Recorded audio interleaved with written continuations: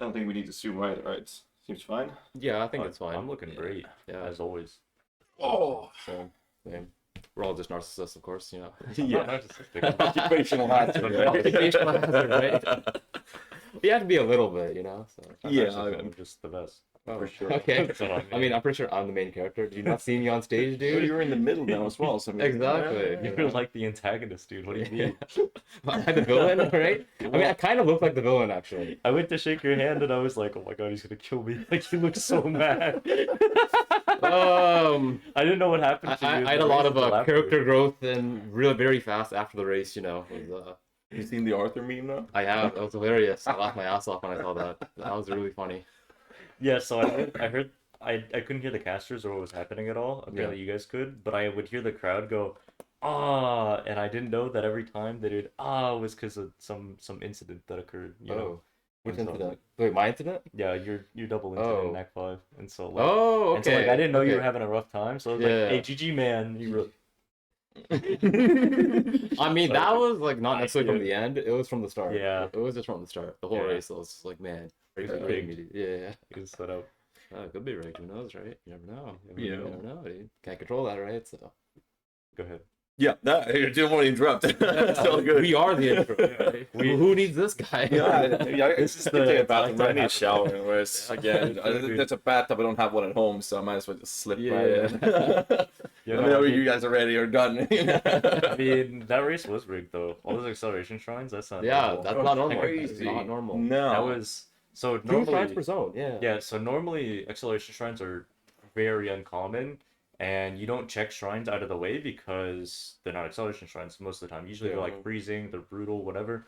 But majority of shrines were always acceleration shrines because I don't know, they were going for some sort of world record, or they just wanted people to go fast. Maybe the event cost money to run, so like they wanted to finish the run sooner. I don't know, but that was not normal, and it felt very uncomfortable, especially because it was like, do I go and make the wrong decision to check this shrine that's in this other room because it could be probably acceleration shrine? Yeah.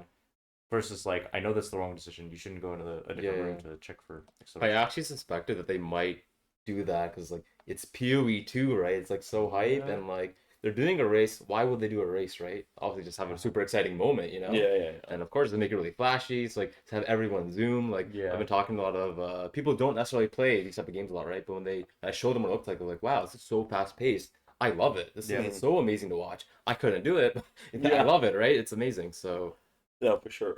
I could see that's why they did it. And actually, I made a plan for it too. Didn't follow Really? it, but See, I didn't have a plan for it because my XP was so different from what I got in every so single much more, run. right? Yeah, it's so much more by like Act 3 that I was like, I'm 24, like 3 zones ahead of schedule. Like, I don't know what to do. Do I run past everything and just assume I'm gonna get more later? Am I gonna get more acceleration shrines so I get more XP like in future zones? Yeah, it's a little bit of calculus on the fly. Yeah, a little bit of calculations going on. You tried to hit 24 before Slaughter's 2 crafts, right? Yeah. Same. That was I had the same goal. And you do dogs after. Yep. For the crafts, and you After just the put craft. all the mods. You do. But I had damage, 19 shards instead of 20, so like I didn't get my double craft, so I was like spare. That's why my Act 3 was so bad. I was just in the mood. Anyways, boys, we have this podcast. We've done it before. For those of you who know, for those of you who don't know, it's not like a podcast like most people used to. It's just like a chill sit down where we just talk with some friends and we'll see where the conversation goes. So we have Tai Killer and we got Havoc, Mr. 616, and they've been on the final big stage, boys, and racing. A couple things have happened, and we figured we'd just keep the conversation around the race parts and the split with PoE 1, PoE 2, and whatnot. So those who haven't checked it out, check their streams out. You should be able to click their tags in the stream title as well to follow them on Twitch and whatnot as well. But welcome in, boys. And like last time, the Twitch chat, because of our scuffed hotel room setup, a little hard to read the Twitch chat sometimes, so I won't be able to always read it. So just be mindful of that. But to revert back to the topic, we talked about the acceleration shrines, and obviously the fact that it was on local, right? The loading screens. Yeah, insane. Yeah. So I want to play on that 24/7. Land It's like, yeah. like I just want to play on that right now if I could, like all day, every day, forever. I know. It's like it's just instant. It's so good.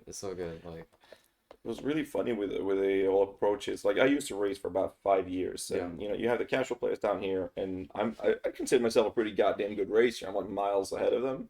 But the same difference between those and me is the difference between me and you guys. Like you're way up here. Yeah. It's crazy. But like things like taking when I'm really pushing, I do things like taking off my chest piece to save those few seconds, running through town to the next waypoint and to the next area. And you'd wait for the text to show up to load, and that's when you re-equip the chest piece to min-max that time frame.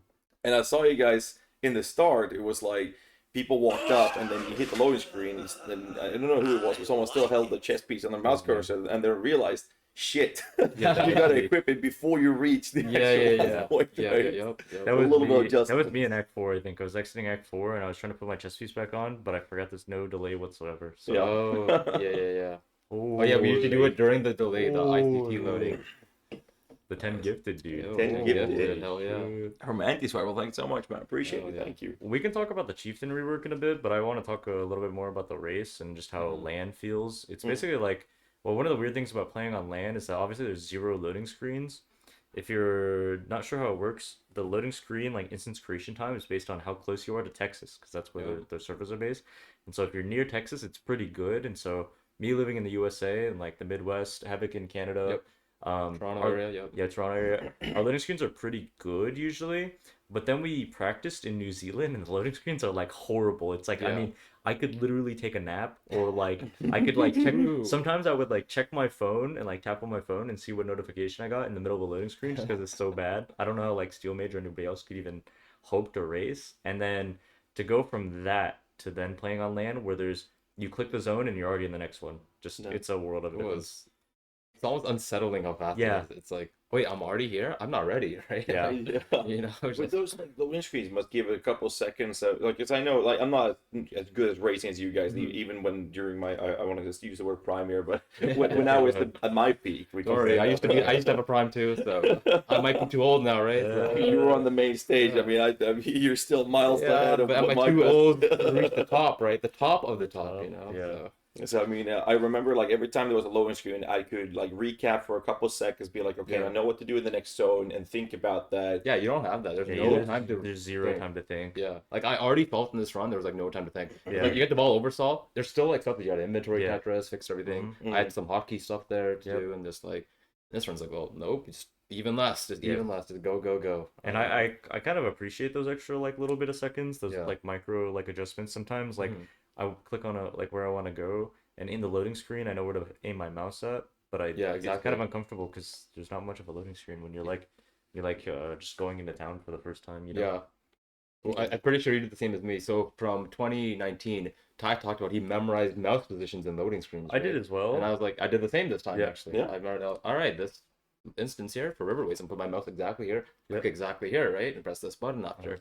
And I had a lot of these, and then it's still really fast, you know. Yeah, no, still really fast. Going into Lion Eyes Watch was always like, okay, this part of the tree bark right over here is where my mouse goes. Yeah, exactly. That's where the dash is, but it's like, nope, that doesn't apply because there is no loading screen. It's just there. So, you just gotta know now. You just gotta know somehow, right? Yeah, exactly. Do you feel like, because something that we talked about, I was sitting with Brian Weissman, one of the GG founders, for those of you who don't know, not very active these days, but I was sitting with him and his wife and talking about the race when we were pushing, and we realized the vast amount of acceleration shrines. I feel like that was deliberate, right? But the problem with that is like kind of skews any possibility with that in combination with the loading times being a local when it comes to like world records and whatnot, because it felt like it was forced. Like this has got to go fast. They wanted someone to set a world record. I think they wanted 1 hour. I heard Ziggy mention that. Well, I was memeing it up. Ziggy, I was like, yo, the sub 1 hour. That is pretty cool. It is pretty cool. It's a cool concept.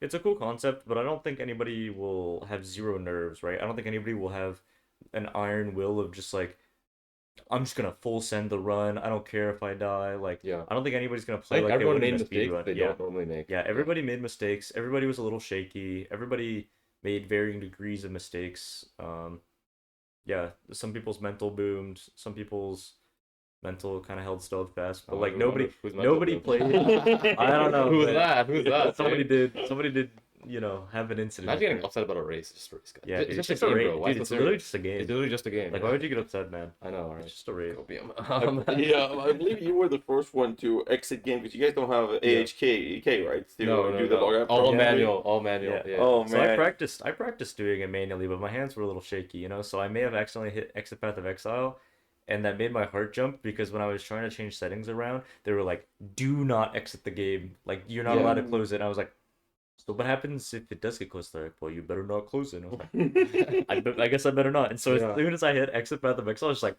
"It's over, dude. I'm done. I can't get back in." You're banned. You're just banned. I literally was just like, I guess I'd try to open it and the entire crowd was like, "Ooh, Yeah, I could losing seconds," and then you did this little smile, and the entire crowd was like, "Ah!"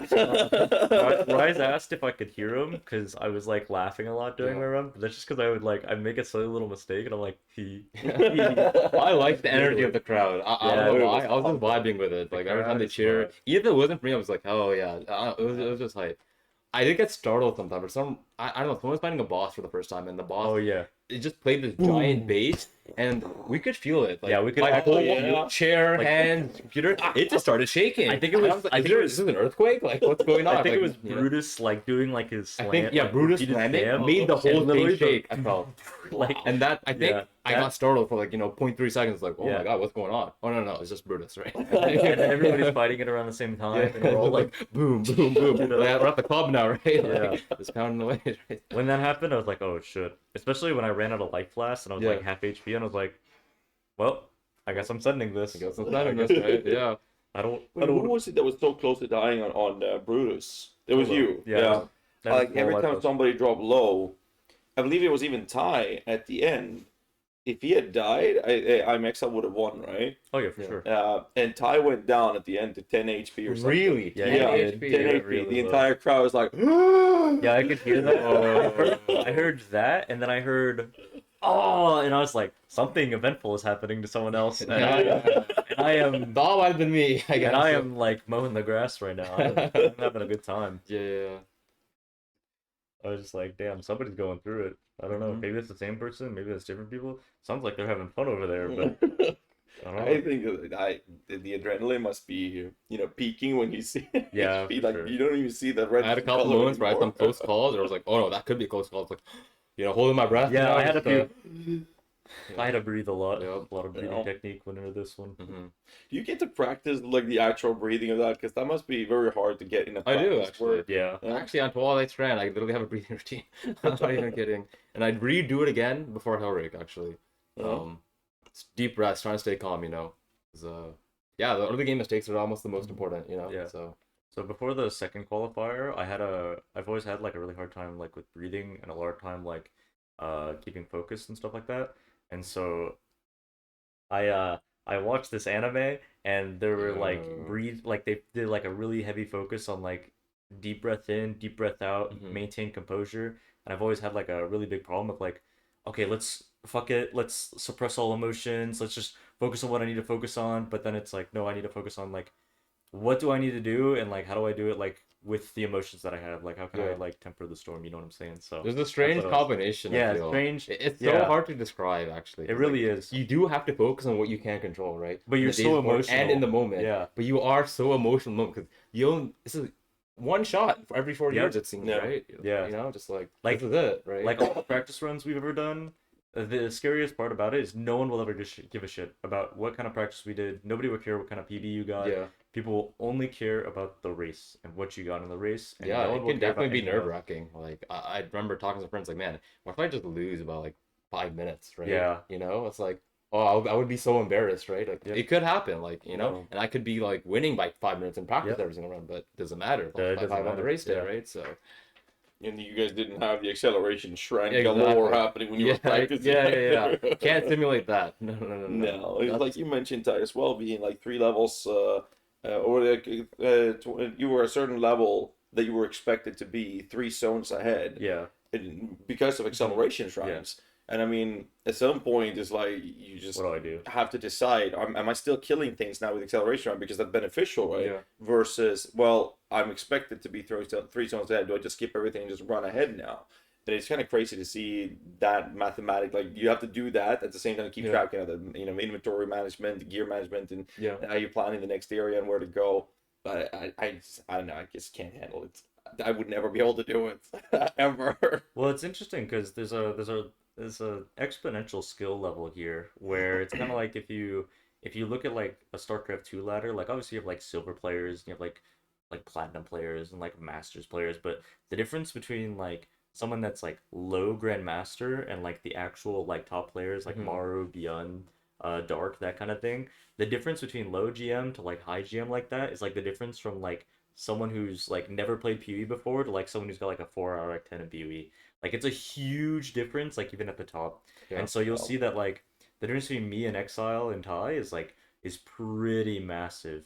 Even though it's only like a few minutes of difference, those few minutes like there's a pretty big difference there. Yeah, because we're talking like saving seconds in multiple areas. Yeah, that stacks up to that. It's not like one big thing that saves a minute. Yeah, and that's so crazy. Such as the unequipping the body armor to save, I don't know, half a second. You do that for like seconds. I do that for 1 second. Something's in mud flats, right? Yeah, yeah. It's crazy. It's funny you mentioned StarCraft because I'm a big fan of StarCraft and Warcraft 3 and stuff like that from back in the days. I was really good at StarCraft 2. I thought. What rank did you I don't remember the rating system or any. This was a long time ago, but I believe there was they had an invitation to one league, right, or to one bracket. And before that was that platinum? Before that, diamond. I don't remember. I know what they called it. Platinum. So that you had to be like very high rated in the previous bracket. Then you'd have to get personally invited to be joining that where the pros are. Right. So I was pretty high in that bracket before. I was like, Jesus, I'm actually really good at this game. Yeah, Wow, I played Zerg.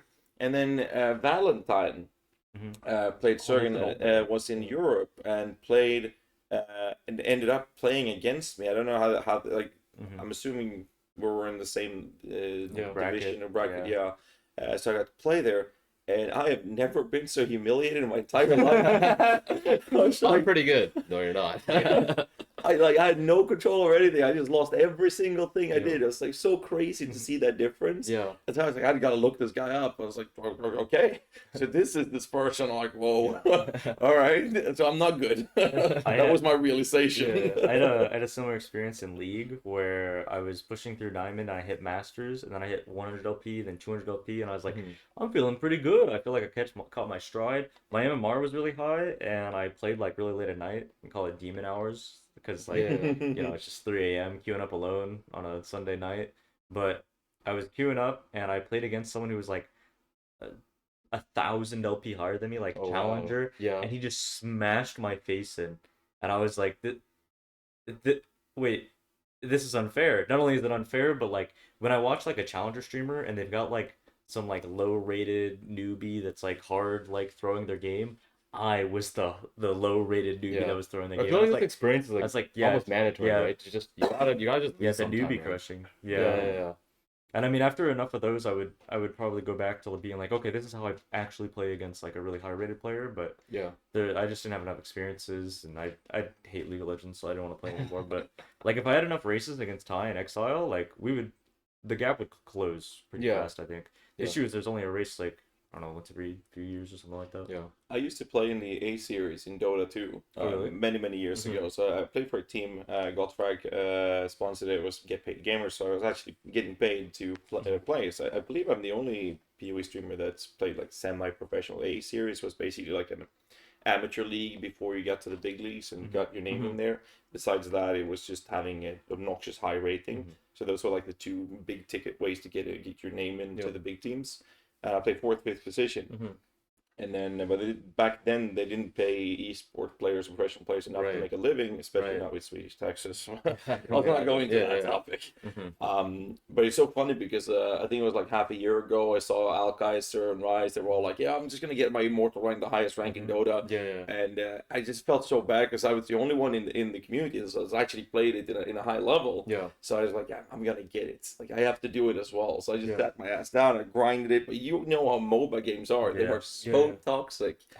It's crazy. That's why I stopped, man. I was like, man, I don't want to babysit these players. Yeah, I know, right? We had this conversation before. Where it's like we got to like a point where like we realized we were running a nursery daycare, and if we ever wanted to like actually push MMR, it was all about make How sure my could teammates you- don't rage and Yeah, flame how each could other, you right? how could you manage the 4 babies on your team to not be babies? And it's like Yeah. if you just don't complain. Yeah. Colin did play professional Dota though. He Yeah. played He professional did. Dota and he played Yeah. professional StarCraft.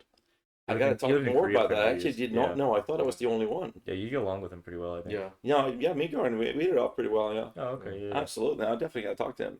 Like the funny thing is though, like we have different roles. Like in Dota, in the early brackets, you can kind of carry your team. Well, I guess it's the same Right. league, Yeah. right? Yeah. You can If you easily have carry specific like roles. roles. Yeah. But I'm a support player, so I could do my job, as close to perfect as one can get. Yeah. But if my carry is missing last hits and not doing what he needs to do with Yeah. lane management, it's Only like so much you can do, right? So, you're just sitting there, and eventually you turn into that baby because you try Yeah, to make it's sure really you're hard to not not be that raging. baby. yeah. Once I turn to that baby, I'm like, okay, it's time, dude. I'm like complaining about how I'm doing everything that I can do and possibly like humanly possible, and my jungler just has no hands, and everything like that. Yeah. No, So, it's fun. once I start though. typing, I'm like, all right, it's time to take a break, man. Yeah. I'm turning into that guy, dude. The funny thing is that I remember back in the Split. days, like high ranked, the pub games were much better. The Yeah. higher ranked because you had like stable games, people knew what to do. they Communities were also understood a lot things. smaller back then too. Oh, Games yeah, were yeah, smaller yeah, in a yeah. way as well. Definitely. So they had like a big batch in Dodo, and it was like support just got a much bigger impact in the early game. Yeah. And I loved it. Like as a support, I was Yeah, very yeah. biased, obviously. Of course. Had a great time. I was like, Yeah. fuck this, I'm getting my mortal rank. I got it. And the games were just as bad as they were 200 Yeah, or yeah, 2000 yeah. rating below. I was like, Yeah. I played one game, had fun with it, but realized how bad it is up there Yeah. these days, and I haven't touched the game since. Oh. And that was like, I don't know, 4 or 5 months ago.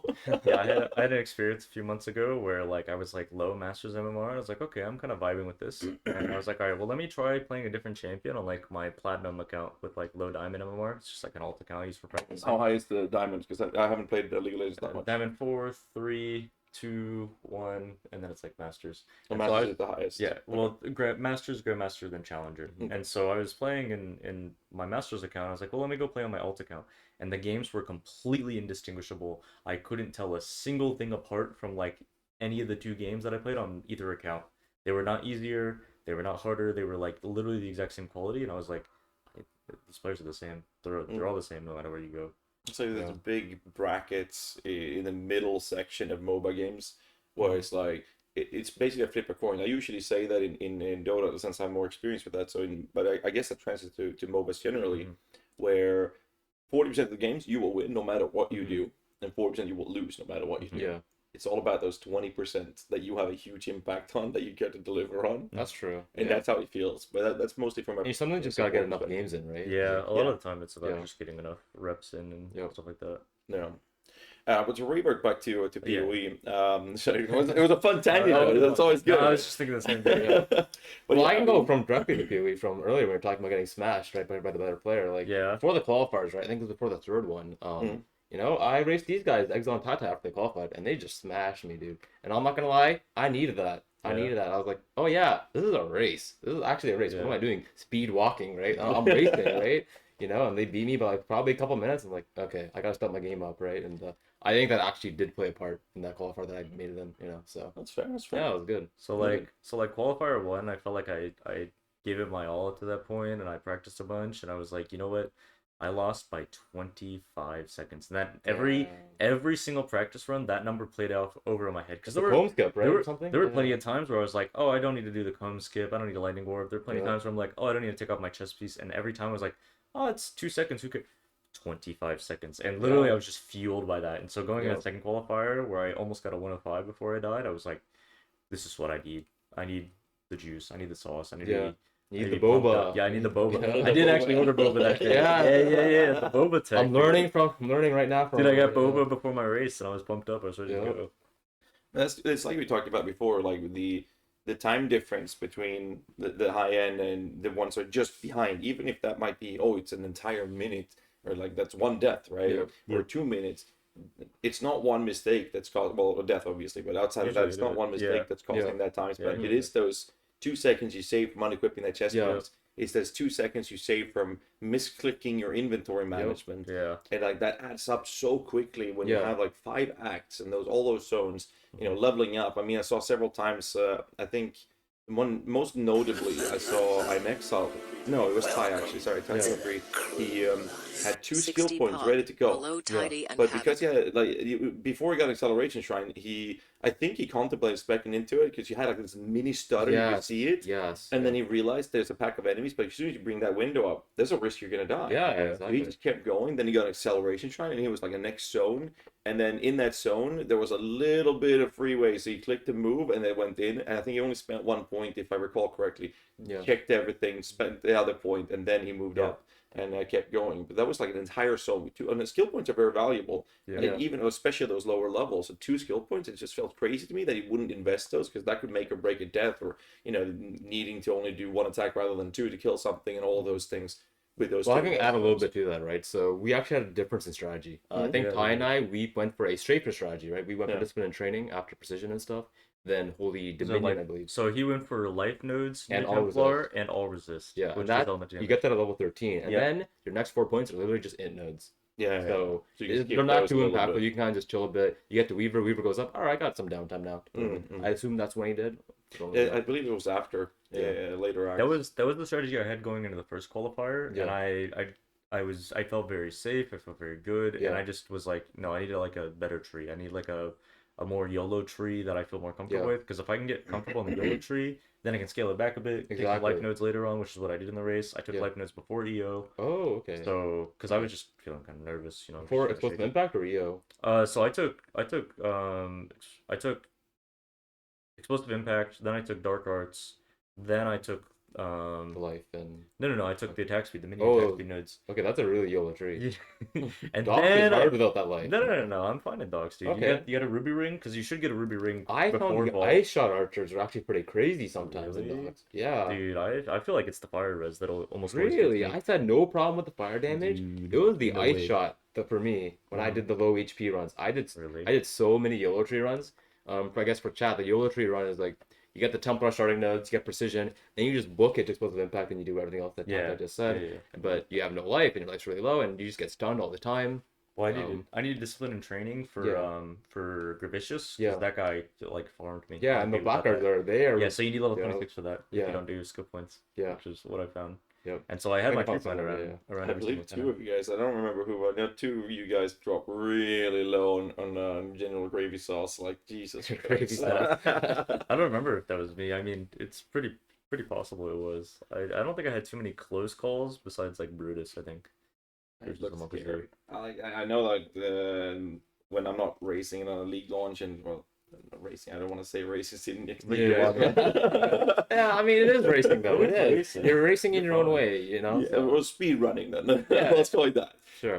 No, we're all just racing ourselves. It's fine. Yeah. More often than not, I feel like I'm not comfortable going ham on gravy, so I'd rather just do library, because with the builds I play, I'm gonna need library anyways. So I do that, and then I go fast after that. So I do take the deviation when I'm pushing, because I'm gonna need need him for the later stages. That's classic, right? Get stronger to go fast later, right? Yeah. I think you guys don't do library on Act 10 runs. No. Actually, maybe depending, right? Some builds, like shield charge, like P-Conk, for example, on like a range or something, you don't get shield charge as a ranger. So like you would go out of your way to do library. Yep. Which means that even though you don't need a 28 gem on P-Conk as a ranger, but like even if you did need it, you would still go do library. There would never be a case where like, oh, I'm doing library to skip Gravicious. It would be like, I'm doing library anyways, therefore I will skip Gravicious. Yeah. So that's so when there's like a lot of speedrunning going on, then it's gonna be very selective. Very few classes are played. The ones that basically essentially have the mobility already unlocked by default, right? Yeah. But I think we're doing a lot more, and have been doing a lot more like league start type things, and like in that case. Yeah, it's okay to spend a couple minutes like just setting up early and just having a good time leveling and stuff like that. So I think one of the worst things about leveling, I think I was saying this morning over breakfast, was to Crip, is that the issue with speedrunning is that speedrunners have killed speedrunning. The reason you don't see Steel Mage and Zizzarin and other people like that like playing in like races and like speedrun competitions, like especially the early game stuff, is because the amount of practice and the amount of attention to detail that goes into these races is infinitely higher than what it was like in like the Camel 90 races. It is a lot higher. Like people are literally fighting for seconds, half a second now. I am literally fighting for 25 seconds, like my life depends on it. Yeah. And other people, they can improve by minutes, but with racing, if you're a few zones behind, that looks really embarrassing. Like looking back to the race VOD a bit, it's like, oh, they finished, I'm still like pulling up to like Chamber of Innocence, you know, and it's like, ooh, that looks pretty embarrassing, man. I don't know, but in reality, I think it's perfectly fine. I think as well, one of the biggest issues with racing is, sorry to just like go on a tangent here. No, it's all good. But one of the biggest issues with racing is the impact it has on the rest of the community. So like when you stream, I'm sure you've been in like Act 4 before, and it's like Havoc already in maps. Tai Tai, 100. What do you mean? That's the ongoing theme in my Tai Tai already in chats. maps. Havoc already 100. You know, stuff like that. You know, I make one comment saying I had my personal best. This was before your Act 1 got better. Yeah. I had a 12-minute run Act 1, and that's the best I've ever done before they made it harder. Yeah. And I was like, God damn, dude, this is so good. This is probably better than what races normally do. Yeah. Like, I had boost, double quicksilver, like, you know, every the stars aligned. Yeah. It's like so good. And then I finished that off. It was one of the practice runs I did. And then my chat was like, yeah, well, that's fine. Tai Tai's already in maps. You're kind of right, though. Good for you, man. Good for you. See a little pat on the shoulder. Felt like I was playing, what do you call it in English? Like an amateur league. Yeah. No, it's pretty crazy to see how the racing scene has changed, like you mentioned. Because I remember everyone was participating in it, but I think those like the descent races and those specific ones that they've had back in the day in the race seasons, they were great because not only were they different and entertaining to do for the people that, you know, weren't able to be at the top, but because they were so different, it allowed for more people to participate in it, and they were designed in a way where you didn't really benefit much from taking off your chest piece and all those minor things. And the sledge, dude. Inventory, and inventory management wasn't that big of a thing either. And gear management was that you had to manage. That was the hard part, to work with the tools you got, right? And that separated, you know, the sheep from the herd, basically. Yeah. But no, I think it's cool. But moving forward with race and whatnot, and what we have there, we have the problem that I believe Chris was talking about as well with showcasing racing that we talked about before, with the idea of having them do the race earlier so you guys can actually enjoy the event, for example. I would love that. Just saying right now. Put it on Friday, and I will not be in an internet cafe for 12 hours. You know. Yeah. So we didn't get to really go to the venue at all. I had to drag Exile to the opening like keynote, and after that he left, and shortly after that I left. Well, you know, it's I get it. But like, yeah, we didn't. I didn't go to the event day 2. I don't think any of the races went to the event day 2. We wanted to, but we didn't. Tai and Havoc didn't go at day 1. Yeah, we were just all focused on practice and racing, and I think it would have been a lot better if we could have done the race at the end of day 1 so that we could experience the venue and hang out. But instead, it was just stressful the whole time. But I don't think Tai is like social interactions that much. He didn't show up to the VIP dinner yesterday either. He didn't show up to the. I'm pretty sure he didn't show up to the VIP dinner before the event. Before the I venue don't think so either. Friday. And then I saw him at breakfast, and I was like, "Hey, that's weird. That guy has like a face mask on and a hoodie up at breakfast. That's he's a built Korean dude. I see. Who could that be? Interesting. I didn't talk to him because I was nervous. You know. Yeah. I was a big fan. Well, intimidated. Oh man, that guy's been stacked up on his physical appearance a lot. Because I remember 4 years ago. He looked fit. Yeah, he did look fit. But comparing that to now, that was a toothpick, and now you got this Giga Chad replica. I really liked the. He's now the least Jack Pee player, right? So least Jack Pee player. It's pretty crazy. But taking that topic with the racing and how it worked out for you guys with the event, you also had the other impact that I believe Chris Wilson was talking about with if they showcase that too soon or put too much pressure on it, suddenly a lot of new players, they see these incredible godlike legend racers, you guys that is, up on your pedestals up there, playing a completely different game than literally the rest of the player base. There's not many people that can do what you guys do. Right. And showing that, people be like, oh, I want to do that, then they try it, and the game's very slow compared to what you guys do.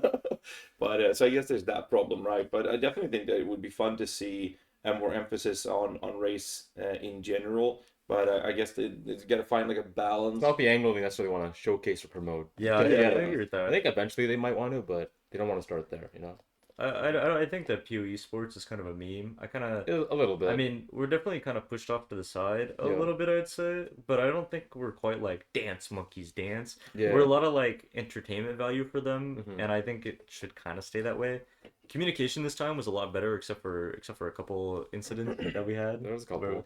There was definitely a couple. We don't have to get into them. It's fine. I mean, do you want them? I kind of wanted to. Should we? Get your clips ready. I mean, it was mostly. There were a couple of things I was like, wait, really? Is this real? I got getting trolled by one of them. Yeah, Meixsell. So one of the things they allowed us well in advance is they allowed us to use a mixer, so we could mix the game audio with music. And so Meixsell went out of his way. He bought like this nice mixer setup, and he had it all set up, and it was ready to go. And if we get to the venue, an hour before the race, I guess, 20 minutes to an hour before the race, and one of the GG representatives like, hey, so you can't use the mixer because it'll brick the audio setup.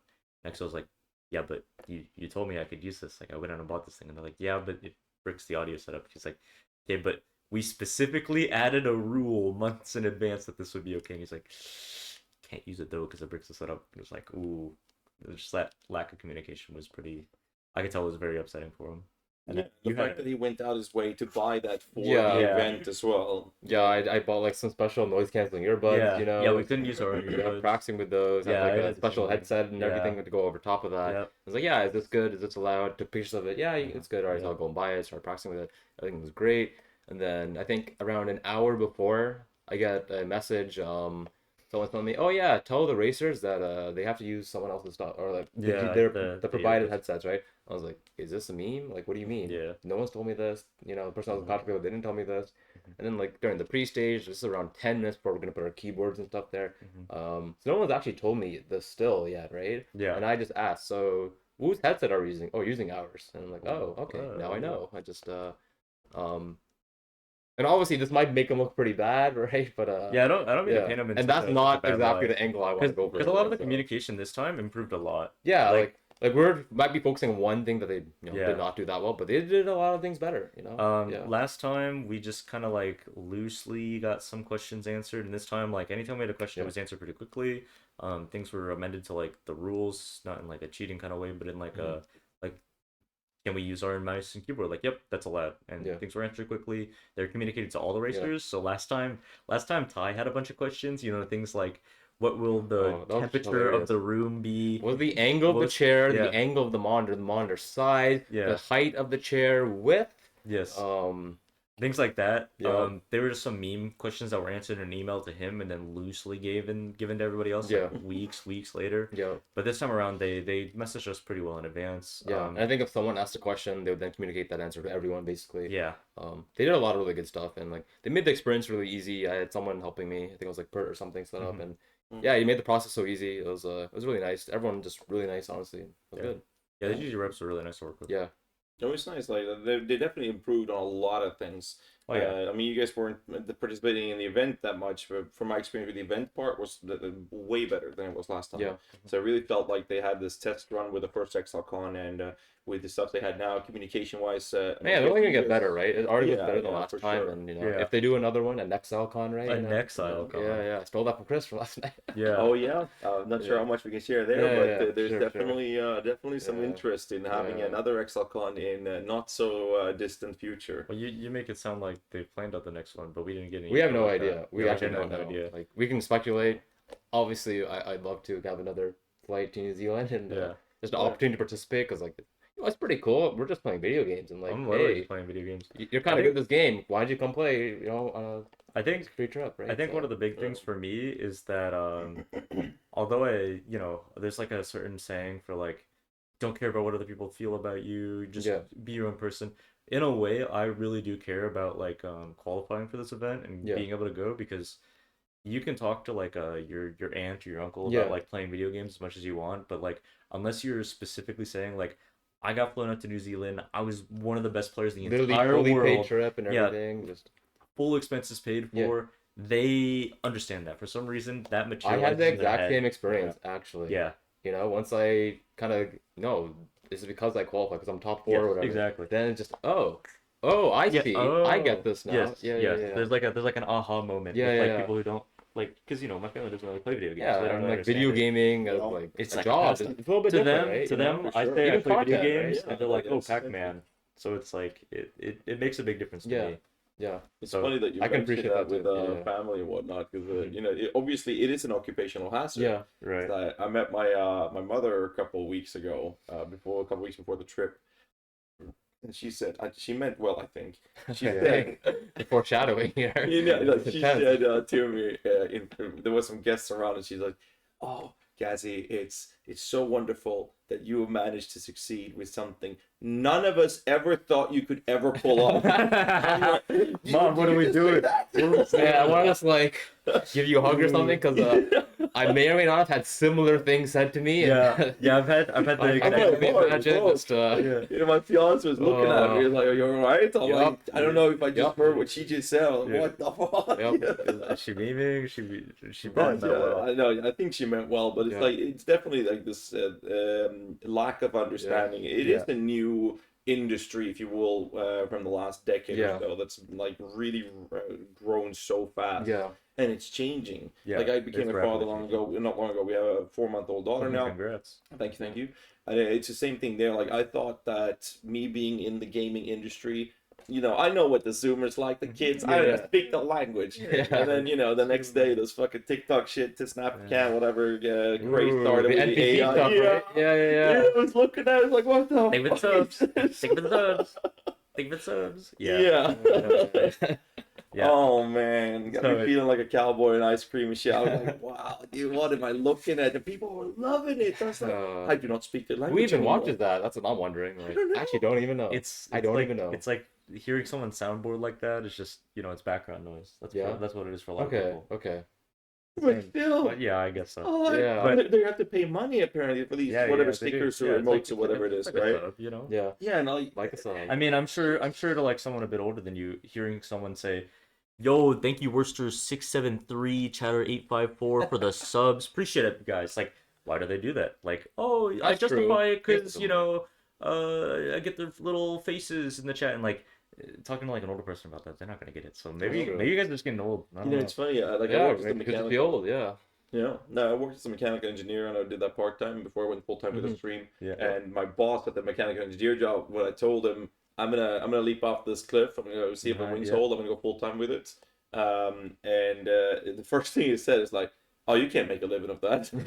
Like, well, I mean, I'm doing this because I think it can. Yeah. Like that's why I'm doing this. So I'll help you out if it's panic jobs. Sure, just let me know and I'll make time. But I'm stopping. But Yeah. And he was like, "Oh, but if you do that, you're playing video games. You're never gonna be able to get a loan. You can't buy a car. Can't buy a house." Yeah. We bought a car. We bought a new car recently as well.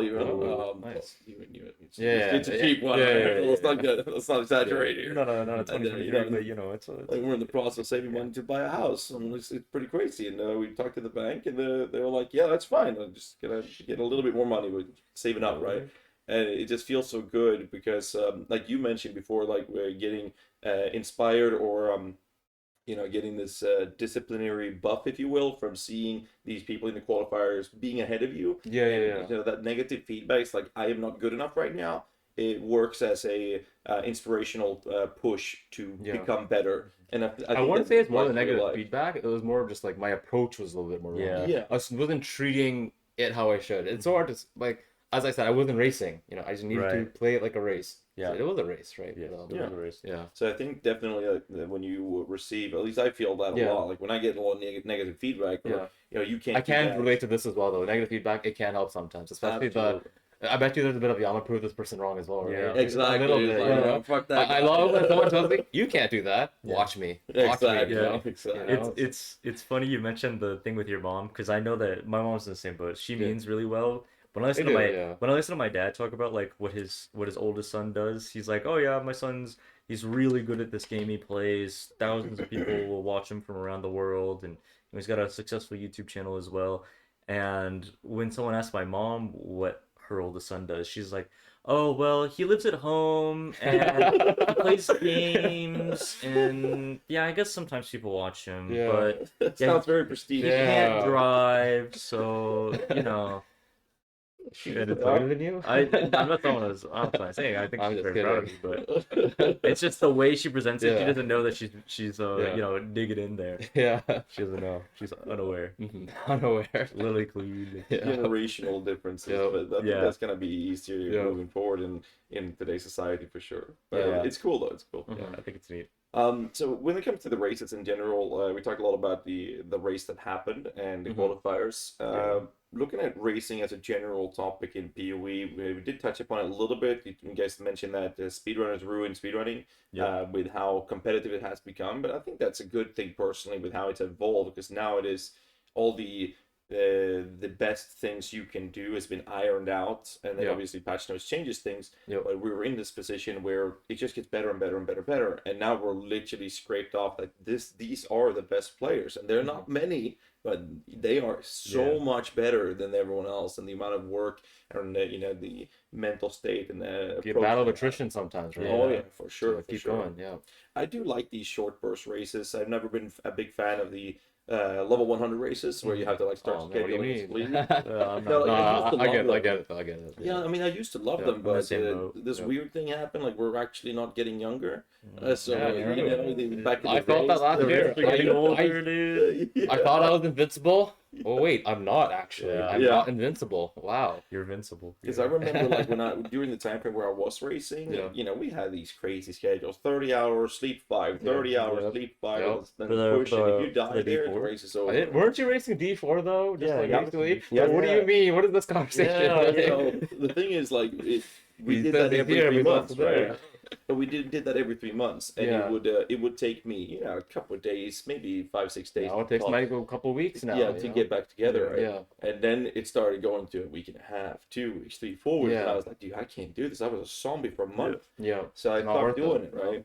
And then nowadays I feel like if I am preparing for a long time, fixing with food and sleeping and making sure that everything is ready for it, then I can pull it off. But like that's once in a blue moon. That's what you did with D4.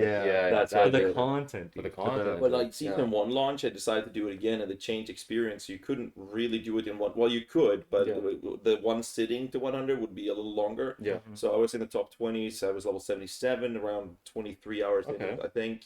And then we did a quick calculation, and we realized that I had to play for another 18 hours to hit 100.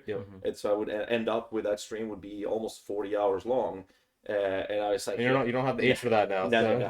I said, I'm done. I'm gonna watch the dev stream. I had the campfire. That's the responsible way to do it, if you ask me. Yeah. I had a 29-hour stream, and I was like, I'm done, because I gotta be humanoid, like actual functional human when I get on the plane and fly here. I've done that as well, where I've done like a really big league start push. I'm going for 16 hours, and I'm like, yep, it's time to. I don't want to stop, but like I have to stop, or else, like it's gonna get unhealthy. I'm gonna have problems by like day 3 if I just keep going. Like it's time for sleep. Let's just spend the 5 hours. But like one really long session, I don't mind that. So on league launches, we go pretty crazy on league launch that first stream. But the fact when we couple that with sleep 5 hours, then do that again, that's when it gets really, really rough. And that's how like the long races have been for a long time. But the age is catching up. Yeah, my wrists are catching up. I don't have the same wrist that I used to, so pushing those long races is really hard for me. So that's why I like the shorter format races that we have. Yeah. But they're pretty sporadic. They're usually not for that much, other than ExileCon. It's a shame they haven't like reintroduced the race seasons, because that you got rewarded with the alt artwork. And we all know the value of those from the good old days. But I really wish they would do that as well, because there are 3 different main ways of playing PoE. I'm not talking about difference between ruthless, softcore, trade, hardcore, or no, it's all self-found. I'm talking about like playing the game normally. That would be one general way of doing it. Then you have racing, and then you have PvP. And they spend so much money and time of promoting and making PvP work. Like they did it. Yeah, and that was like a big thing. And shit show to balance. But they really pushed that till they finally pulled the plug. I'm saying finally because I was not a big fan, but there was a big scene around. Well, maybe not big, but there was a lot of people that loved it, right? And the low-level dueling, exactly. Okay, so those events kind of slap. The pre-made characters. So that's a couple years later, though. Yeah, right? true. True. When I did the Havoc Blitz and stuff, we always try to do like a fun event at the end of the day, just lighten the mood, have some laughs and stuff. And we did some PvP, and we just take the pre-made characters, right? And we just said, all right, you can't respec them, you can change the gems, that's it. And like we did 3v3, and it was really fun. I'm pretty sure it was all your idea as well. I was really on board with it. I was like, is that balanced? And you were like, I don't know, let's go into like. No, but we actually did testing to balance. Yeah, we did. Like, all right, we'll just ban Stormbrand, we'll ban exactly. like these couple trap mind skills, and it was really balanced actually. But really exciting. But I think that last Exocon we had a lot. Like I really pressed the devs like, what are we waiting on for race stuff? And they're like, oh, we're just waiting for PoE 2. It'll be out soon. I was like, all right, sounds good to me. If it's out soon. But we talked about that as well. It was last night with the idea that maybe it would be fun to have you guys, the top racers, PoE2 race, right? PoE2 race, blind. No one knows what's gonna happen. So I tweeted about that, and that would be like, fun. I was right? like, they should just send it. The issue is like it could just be after the main event. Yeah, exactly. Right? I think the issue is you can't find like you have to tell people in advance. You can't spring that on them last second. You could tell people, okay, there's gonna be qualifiers in PoE 1. The actual race will be in PoE 2. It's gonna be more of a for fun race. There might be some bugs. You guys might encounter some issues. But, like, don't take it super seriously. There's not really a great way to practice for PoE 2. Okay, so but like, what about if what happened? It's okay. Qualifiers PoE 1. Hello. Are you getting a phone call? Yeah, I got a phone call. You guys can go. All right. So the qualifiers in PoE 1, and we had the race in PoE 1, and it's like, all right, after the race, let's have a for fun PoE 2 event, right? Yeah. And just like, does that change things? And you can say there's no prize pool. Yeah. I would play that without a prize pool. Yeah, I'd play it without a prize pool. If that was a panel, if we qualified and everybody got like, I don't know, like money for the qualifiers or whatever, even if we just got a free trip and it was like, all right, you've got a panel for racing PoE 2, dude, fuck will we ball? Yeah, exactly. That would be so cool. I would be so down for that. Like, that's why when they blind as well. That's when they announced the races, but they didn't announce like what the format would be for the actual race. I tweeted out and I was like, make the race PoE 2. Just send it, dude. I would be down. Log in, because that'd be fun to play against the boys. Yeah, exactly. If they were like in some despair, like at 5. I would say yes, even if I was told last minute. Okay, I'd be upset. No. As long as we still did the PoE 1 prize. Oh, as long as we still did that. Yeah. So like after but it was like after that, I was like, hey, do you guys want to stay on stage and just try PoE 2 right now? I'd be like, yes. You know. What if the first day of Excelcon, day 1, the end of it, there's the PoE 1 race, and then the next day, the same contestants come back, they've refreshed, they've gone to the venue. And they do the PoE 2. That would be so cool. Dude, that would be cool. That's a login, actually. That would be a login. That's a login. But I feel like that takes communication, and I am pretty bad at communication. Well, it's also just like getting the ideas out there, right? We're getting the ideas out there now, right? It's like, we're just riffing, right? So like, you know. But like, imagine if there was riffing beforehand, it was just like, dude. Yeah, I think they have these conversations, but they don't really know what the players want. Yeah. Like, I guess like you said, we're not necessarily communicating with them all the time, right? We're not throwing our ideas out there, but hey, here we are right now. Well, I realized it the other day, like, how many GGG devs are gonna like sit down and watch like an 8-hour Titacular video to like see that one comment that they could use for the thing, and it's like, oh, he said some cool idea, like, no. And I think Twitter's got to be that makes a lot of sense. We got to use our voices more. I think that's true. So a call to action from the racers, because a lot of time it's hard to express disdain or how I feel about something until it's like after the fact, right? Yeah, or even just positive feedback, or I just want them to do better, right? Yeah. So. What was the call for? It was a miscommunication with the reservation. So apparently they only charged me for the first 2 nights before he took over. Oh, I see. Till today. Okay. But I'm supposed to have it till tomorrow, so she was gonna check it with the guy. So I gotta pick up in a bit. Yeah. Where were we? Sorry. Where were we actually? We were talking about PoE 2 racing. Yes. Talking about logging in, dude. Logging in, dude. Yeah, basically, I think I said that I would be down for doing a blind PoE 2 race as long as we still did the PoE 1 race beforehand. Yeah, I could see the that. more official race that we practiced, a lot for. Yeah. I think Tai suggested, day 1 PoE 1 race, day 2 we just have our fun, right? Maybe we have to play a little bit demos or something. Yeah. Yeah, I think that'd be really cool. That'd be a cool idea. Yo, imagine like on the second day, our practice is at the con, and we have like people behind us, and we're just like, so that'd be so cool. So after like, the after the opening keynote, I went and I played the Huntress next to Grimro, and people like would take pictures of like tactical. Someone sent me a picture, and like they were like, yo, Tai practice, not even practicing. Dude. I was supposed to race on Meixsell, but Meixsell didn't get to play the demos like at all. Yeah, like, he just wanted to put his head down, right? Yeah, he just wanted to log in. I get that. And I totally understand it, but like I really wanted to like race him. I kind of wanted it to be like an event, you know, like not like our own like keynote like that's streamed like for period playing or anything like that, but just like an event that like people can come around, they can watch like, oh, here's some of the top races in the world playing the new demo blind. Cool. Blind. That'd be so cool. Yeah. Cool. And it's like even if they get rewards behind it, as long as the difference isn't too big or it's not monetized. Yeah. We're saying design an item or whatever, right? Yeah. Something small. A statue in the city or you whatever. Get a T-shirt, dude. I'd I played for a T-shirt. I was talking to Chris. GG merch is sick. Yeah. I was talking to someone about like what they would have to do for prices for racing, and I was like, money. Dude, I guess, out here. But like any crazy. Any exclusivity, any sort of T-shirt, collectible, like a keychain, even would just be like I just want like content, like I just want like races and stuff, like I just want to do chance to participate, chance to like pop off, right? You know? Yeah, I want the chance to for my stream to like just pop off because you know I'm I get that. Yeah, that's pretty much all it is. Yeah, it's like a PR stunt almost. I see.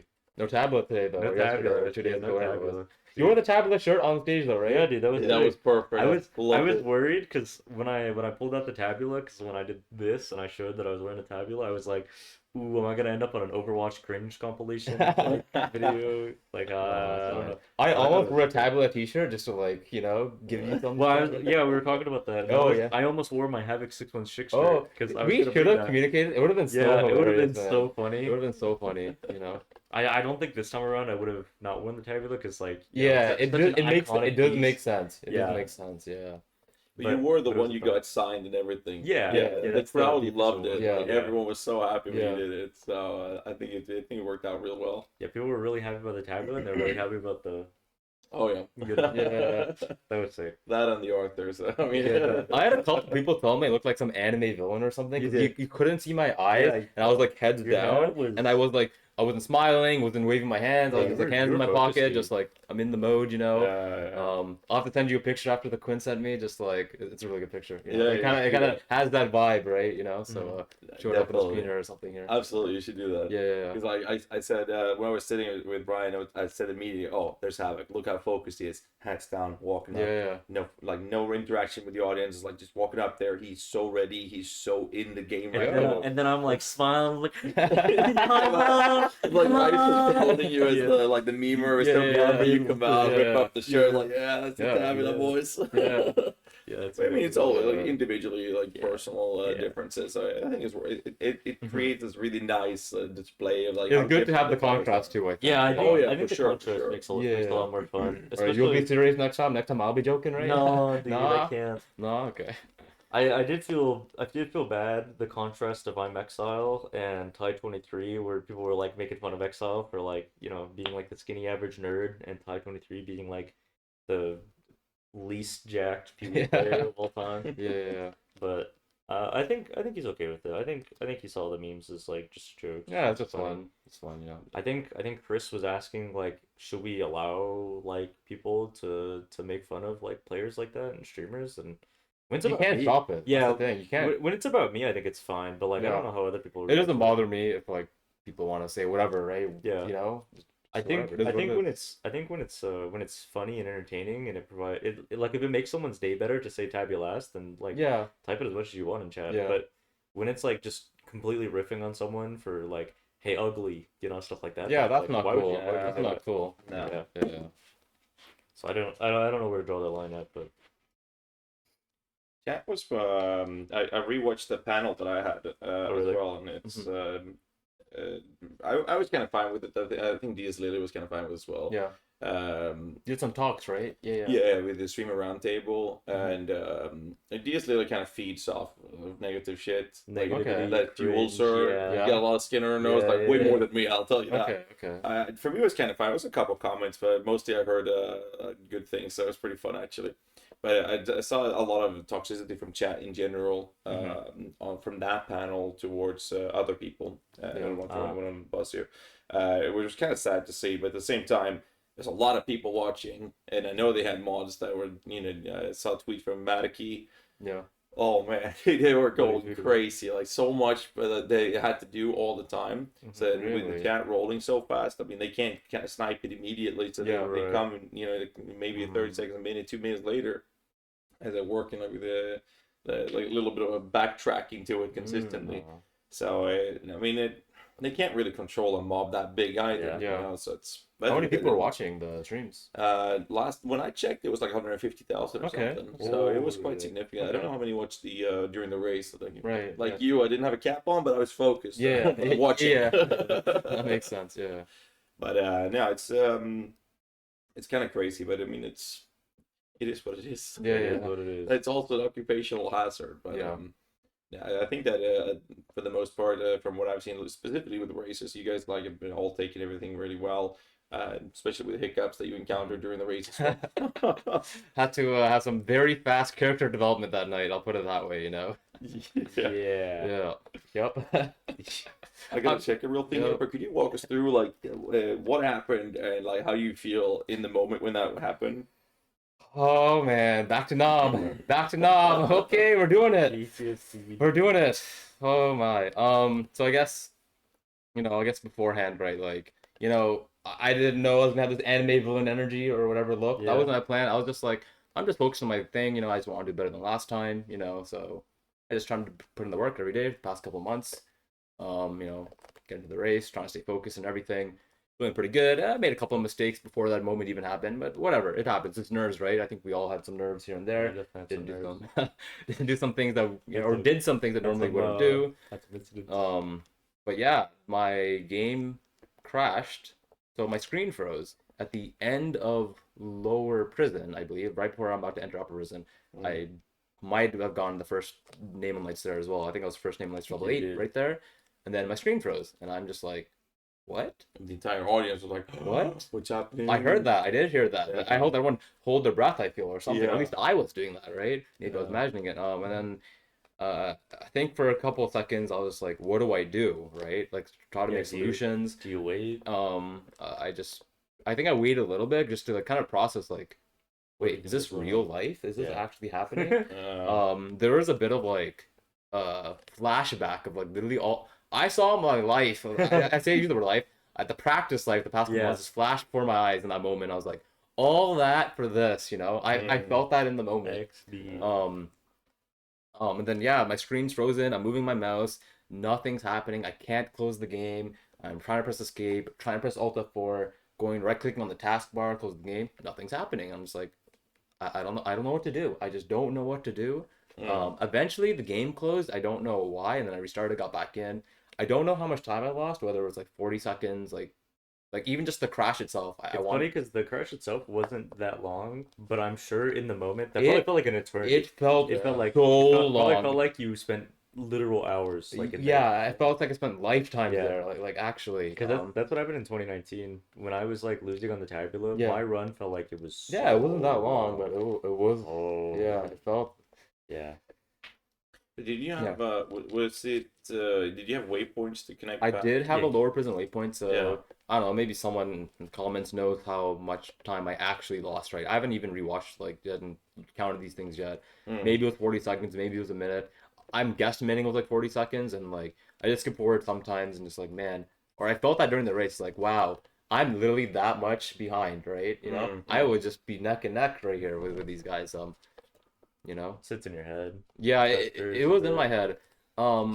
So I would usually I usually am pretty good about these things, right? Oh, something happens, whatever, I practice for this. right? Talking to my friends, I could literally crash. This is not really as necessarily a surprise. I was surprised, but hey, I could literally crash. So what? This is why you click waypoints, right? Yeah, exactly. And just that's actually why I clicked waypoints. Had a ton of waypoints not taken. I had to rerun. That was me. That was me too. That was also me.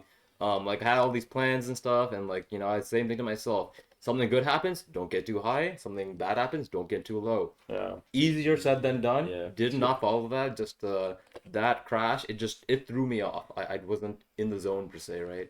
For sure. So that kind of sucks in that regard, but at the end of the day, it is what it is. I'm still happy that I was able to get over it. As much as one can get over something like that, just that night, I was happy to get over it pretty fast. And It is what it is. honestly, yeah, exactly. That was my counter that night. Still is kind of now.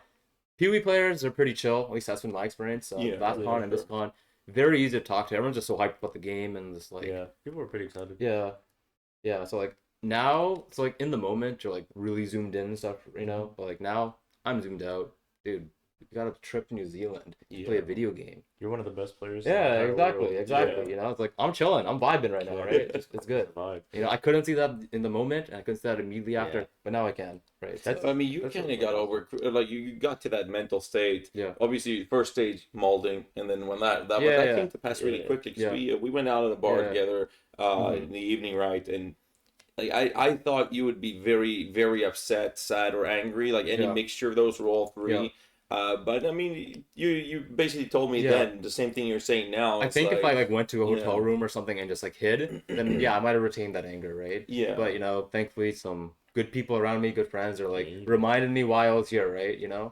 It's like, so why are you here? And then then walk myself through it with them, and it's like, oh yeah, this is why I'm here, right? So I really thought they would I think most people would just assume they're gonna reset this. I did wonder that in the moment. Yeah, of course. I think I heard Rise say, "Have it crashed?" Oh, they might do a restart because they did do it last time, right? Yeah, It's almost normal at this point, right? Well, It's only the second time, so I figured there'd probably be some sort of reset, but I didn't know what was going on at all. I literally couldn't hear anybody, so yeah. I had my music in.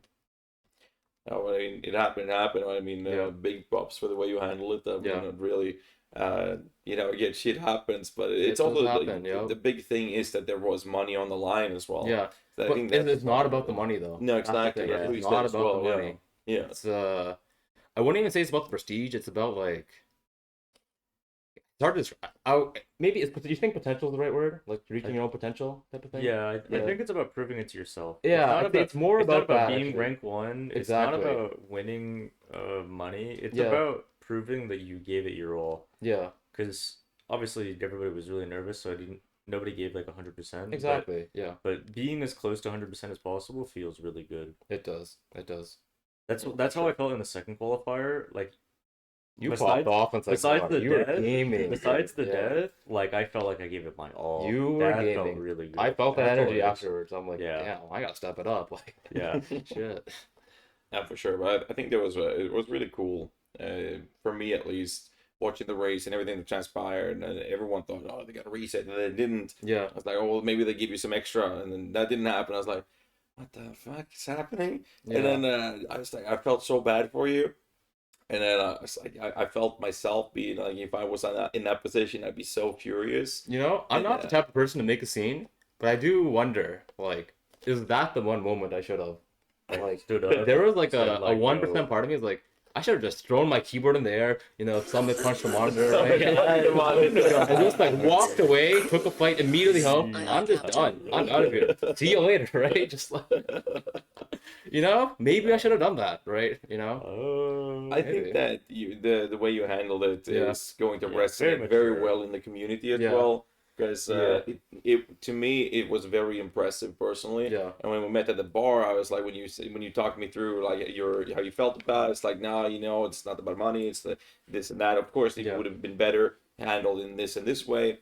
But I mean, you're happy you're here. All of those opportunities, and I like to me that was like this is a legend racer. And this happened, and this man is just taking it like a goddamn champion. Because that's the mindset you need in the race, right? Because anything can happen, and you just gotta find a way to somehow move on. Easier said than done, Obviously. You just gotta like keep going, right? Yeah. No, to me that was very impressive. So it's pretty cool to see because I know I don't think I would be able to handle it as well as you did. Well, I didn't necessarily handle it in the moment, right? So of course. Last Meixsell I was like, well, I just won't get a 2-link in the race. Well, I'll just get a mess in the race. And it was like all these like good conditions. I was like, those will happen in the race for sure, man. I got 3 blue off the first 100. And so this race, I was like, okay, no, we're practicing for the 2-link. We're practicing for like the tooling cremation. We're practicing for like I'm low on soccer colors. Like I'm practicing everything. Yep. And so going into the race, We've all taken it to the next level. Yeah, I think all the races have improved. It's almost even scary. Whatever next level, I don't even know what the next level is after. It'll be scary. We're starting to get to the point where like we're fighting for like seconds, and I think that's the next level. Is getting to like Exile and Ty's level. And speaking of like frustrating moments, I think Exile not dropping a chance orb until really late was probably the biggest upset of the race. Yeah, I want to say it can be frustrating. Yeah. Because if he has a Chancellor before Dominus, like he's hard chilling, like he's perfectly fine. And I know people will talk about the fusing that dropped on Deresso and I think it was a Chancellor that dropped off Malachi, but that's way too late to be swapping your build around. I think I could see Deresso being arguable if there was one in there. But Malachi is that's like I'm not sure actually. Yeah. I'm leaning towards more the no side and because all you have after that is X5. Yeah. But I definitely think that like Piety, the three lieutenants, and then fighting Malachi itself, as well as all the hearts, like Cremation really forms there. Cremation's really good. And so the fact that he didn't have that, it was easily like I think 2-minute lost, maybe a minute and a half lost. Yeah. Something like that. I was surprised to see you use Rolling Magma. I did some PUB work and found that Rolling Magma was better than Wave of Conviction, which is what I practiced for if I didn't get a chance orb. But I just hate the way Rolling Magma performs. Right. I think my no chance strategy was I guess I'll just lose. Yeah, that was I actually told all these guys for the race, if I don't drop a chance, I'm just gonna lose. Yeah, I remember I was saying like, if I don't get a chance orb, I'm walking off the stage. Like totally Fortnite dancing on my chair or something. Yeah. It was so crazy because the time spent reworking the gear into once you get that occurrency is what Ty did. And Meixsell didn't go through that process, so he saved some time doing that, which gave him a little lead. And then he looked like he was about to win, but every time there was a boss, you could see that the damage he was doing was so much lower. Setup is a little bit different because I think he likes to do the spell Totem Wave of Conviction with Rolling Magma and Armor Brand, I believe. And those links, they're like pretty intensive. They're pretty intensive in comparison to the standard setup, which is Armor Brand and Crema, right? Which is a bit easier, right? That's what we practice in like. 90% of runs, I'd say. For me, it was like 99% actually. I don't know why. Like the last 200 runs, I feel like I got a chance of refusing. Like I had to force my no chance runs to actually get some practice for that. Yeah, my 100 runs, I specifically went on my way to practice no chance orb runs probably like 10 times, and I think I got like no chance orbs in like 5 to 10 of those runs. So there, so it's so rare, and with such a big impact when it happens. Yeah, and so I feel bad for him. I really wanted XL to be Ty.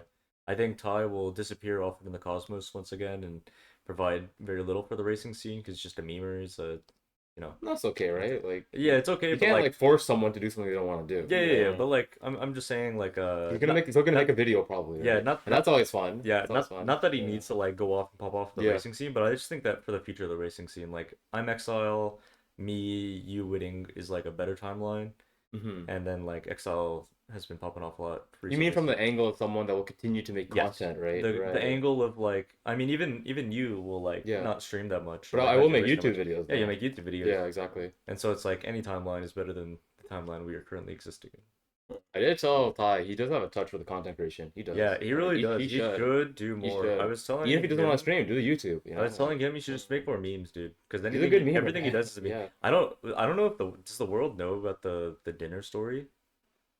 I don't think so. I don't think anybody's ever told the dinner story. So Gucci, Exile, the boys, I think there's like 8 of them in total. Rise is there. They go for dinner, and they had to coax Ty into going. They had to like literally beg Ty 23 to go to dinner with them. Partway through dinner, I'd say about halfway through, Ty finishes his food. He gets up to go to the bathroom, and he doesn't come back. And so they're like, oh, maybe he's just like taking a long time in the bathroom. Maybe he's just antisocial, wants to avoid people. Someone goes to pay. I think it's Gucci or someone else. They go up to pay. And they're like, sorry, the gentleman that just left already paid for everybody. And it was Ty. I literally stood up, paid for everybody's dinner, and it wasn't a cheap dinner either. Some people got like some nice steak. Like the dude, like Giga Chad, walked out. Badass. Yeah. So cool. It's so cool, man. He's too cool. He's too cool, man. We're just in the shadows. He's just up there. He's the main character. He is the main character. Yo, I was fucking around with everyone before the race. Yeah. I'm like, who's the main character? Is it Exile or is it Ty, right? Just, putting me to shame where I was like buying shots for you. Yeah, Havoc and I are like, I remember because I was telling Havoc right before the race, I was like, I'm racing you, buddy. Yeah, like, I knew it too. Like, we both knew going into the race that we were in our own category at the very top. I was still trying to beat them. Yeah, you were still trying to beat them. I think if you geared it more for not pushing for rank 1 instead of pushing for like consistency, you would have easily smashed me. Yeah. Because I had some. I was a bit ahead of you mistakes, until I yeah. had my accidents. Yeah. More accidents, I should say. Yeah.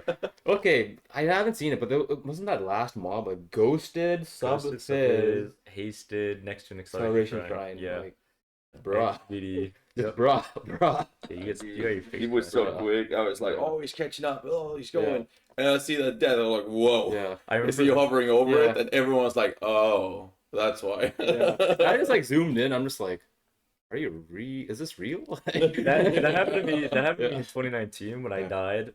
Everybody was watching me on Catawba, and I died on Catawba, and I'm like sitting Yeah. there in town for a minute. I'm like, do I just exit the game? Like, what do I do here? Like they said they wanted to finish it out. I actually, funnily enough, I got a rule added because of me. They said before the race started. Funny. This is so funny. Dude, Listen to this. It's so funny. So right before the race starts, Chris Wilson is saying, "Okay, guys, here's how it's gonna go. The top three are gonna finish, and if fourth place is 30 seconds behind, we'll let them finish. If they're more than 30 seconds behind, we're gonna stop the stream. We're gonna end it there, get kicked off, and say thank you for playing." And then he went on to explain that. Yeah, so the reason we have this rule is last time we had this player, right? And this Who could player that be? like was really far behind, and I went, And we're just, Uh-huh. he's literally right in front of us, Yes, talking to the he four is of us, in right? front of me. And he's talking about Tai in third person, right? And I'm like, that's Mhm. crazy, dude. Yeah. Wouldn't want to be that guy. And he like stops mid to telling Yeah. the story of what happened. Yeah. He's like, right. Yeah. So, anyways, that's what happens if you're in last. Yep. But he said 30 seconds because you were just about 30, Yeah, I'd 45 say like seconds behind 45 or something seconds. in the end. And see, you was like rounding things off when you were fighting Yeah. Kitava. I was like, but if you die, I thought it was it's not messed up, 30 yeah. seconds. Yeah. I thought that was a little messed up that they didn't let you finish, especially if it was. I With guess the happenings, I suppose. Yeah, I guess with the incidents and Yeah. if you died on Kitava, it'd be like, ooh, sorry, Yeah. man. So they just kind of cut it short. But I would have really liked. I guess for the record, I Shadows. did finish the race and I didn't die there. Yeah, he did. I got that information at Titan. Yeah, I He looked looked over. over and Yeah. you had finished it. Yeah. Yeah. But I that's did my good. flash blade, it was 1-7, I think. So I think I got like 1-5 some yeah, change. that makes sense. No, but I mean, that's just the mentality of making sure you get that finish line. Yeah, like that is the mentality. I mean, that's what got me into the here. First, Mhm. keep Yeah. going no matter what. Literally, no Yeah. matter what happens, I just mean, keep going. I think the keep going mentality is really important because I know a lot of people are mad about Exile and how he named himself Keldorn _ Racer or like I'm Keldorn or whatever the meme was, and Yeah. then that caused Ty to leave. Like, yeah, but you can't really excuse someone for being a little bitch and logging out because they think that somebody's ahead of you, you know? Like I You don't gotta think watch the Exile- verge. You're gonna be in this next video, bro. Dude, I don't care, man. Like, if you want to be a mental midget and like leave the race halfway through, Okay. like, that's fine. I didn't think it was Ty because there's no way this little cringe lord that leaves a race because he doesn't want to be slightly behind someone else Mhm. would be the mental giant of Ty 23. So anybody making fun of Exile, they gotta go through me, dude. Oh, okay. Beefing up. I mean, you got to do some one-handed chin ups Okay, first. so I actually so maybe Ty could get through me, but Yeah. I started doing like pull-ups and stuff. I got like a pull-up bar, and Yeah. I went from doing 0 to doing 1, and now I can do like 5. So I'm feeling Yeah. pretty good. That's pretty good progression. A while before I left, I was like, I wonder how hard a one-arm pull-up is. I couldn't even hold It's myself so up hard. It's by so one hard, yeah. hand. That's how difficult it was. Yeah. Like I actually just fell instantly on my face. That's really That hard. shit's insane. When we go from 1 to 5, that's a 500% progression. That is indeed Yeah. a 500% progression. True. Although apparently they just get easier at this point, so Yeah. Good shit. Good shit. I'm feeling pretty good. So talking short races, like we for those of you who have just tuning in, by the way, since we have the legends Havoc and Taita Killer here, we're obviously going to be having a lot of talk mostly about racing. So I want to go back to the short race burst sequences and whatnot. Okay. Yeah, sure. What is your opinion on the possibility of them having race seasons again? Is that something you want? Or, Yeah. like we're talking about It's like fun. the old Same school way people ones. play like League or other games, just log in, queue up. Yeah, Oh, I it's just wanna so fun. queue up, dude. I love that. It's very easy to fit like an hour in, half an hour in, stuff like that. Yeah. Things like that is always amazing. It's always a good time. Back in Legacy League, I was really bad at I didn't like really race, but I watched like old Ziggy D videos and like I think I watched a Nugian video or two, and like I distinctly remember I was hanging out with friends and I didn't realize there was like a 1-hour Descent Champions race going on like in 20 minutes, and I told my friends like, guys, my mom's leaving and I gotta watch my brother, and they're like, oh okay, you want to like drop you off later? And I was like, no, I need to leave like now. And they're like, well, we can't take you. I'm like, I'm walking away. I'll see you guys later. I literally ran home like Naruto sprinted like all the way back home. And they're like, oh, okay, I've never seen anybody like have to watch Actually their doing brother a real that bad. sprint. Yeah. But yeah, I was so excited for the race that I was like, fuck it, dude, we bowl. Hell yeah. Nice. So outside of the event that you had very little experience of, with the race and Yeah. just sitting on an internet cafe, 24/7, are you guys enjoying the trip so far with New Zealand and everything? Oh, it's great. I'm sad that it's over.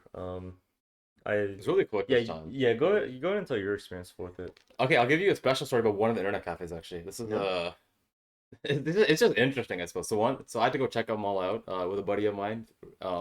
And one of them, it was like really dusty and there was a lot of spiders everywhere.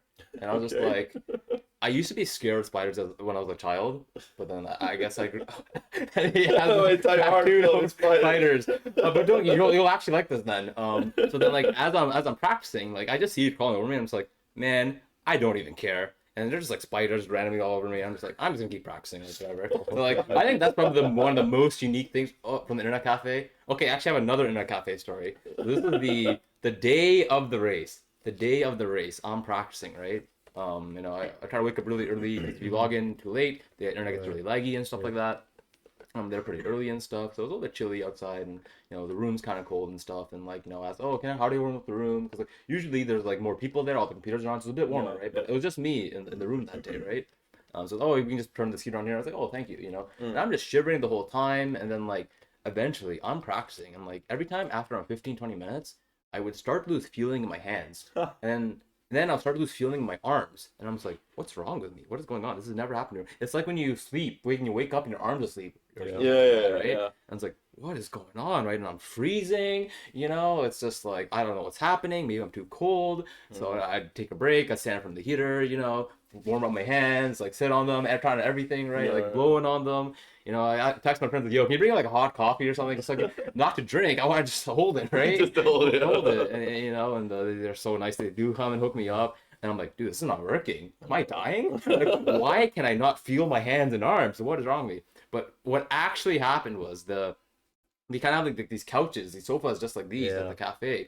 And the angle of my arms is just like this, right? So like, I just wasn't getting blood there. Yeah. That's that simple, And they're like, so they put some cushions on the chairs. And I have that problem right there when I was streaming the other night as well. With the angle, suddenly my arm started like hurting and like getting the when it feels like you're getting needles. Exactly.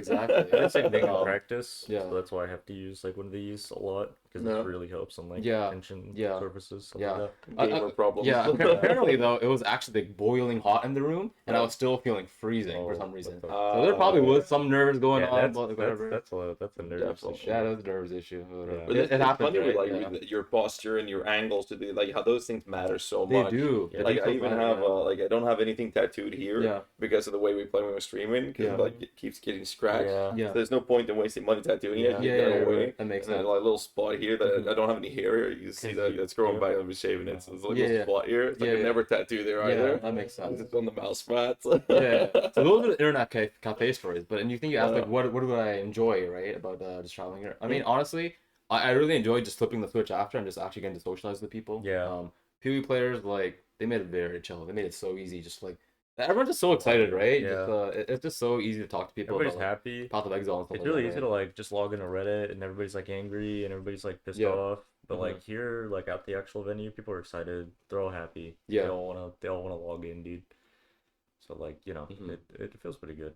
I will say that from my experience personally, I feel like it's really fun to socialize with the boys, but I'm very antisocial, and so after a few days, after like enough dinners, enough like bar trips, the venue, like I just want to like go lay down like in a corner of my room and like play RuneScape like in the dark, by myself. And so that's kind of what I felt last night when we were at like the. I actually want to go practice a little bit more. Like this guy wanted to go practice more. I wanted to go. I mean, where was it so I could stay away? Yeah, this guy actually wanted. That's what I felt in 2019 though. Is right after the race, I was like, I feel like I need to prove myself. Like, I need to go practice. I need to like show the world that like that's not who I am. I think you got the same thing going on. Yeah, I probably do. I'll have to ask you all about it, I suppose. Yeah. So XL and I are gonna push some world records. We're gonna push some PBs for the world to see. If you want to be a part of that.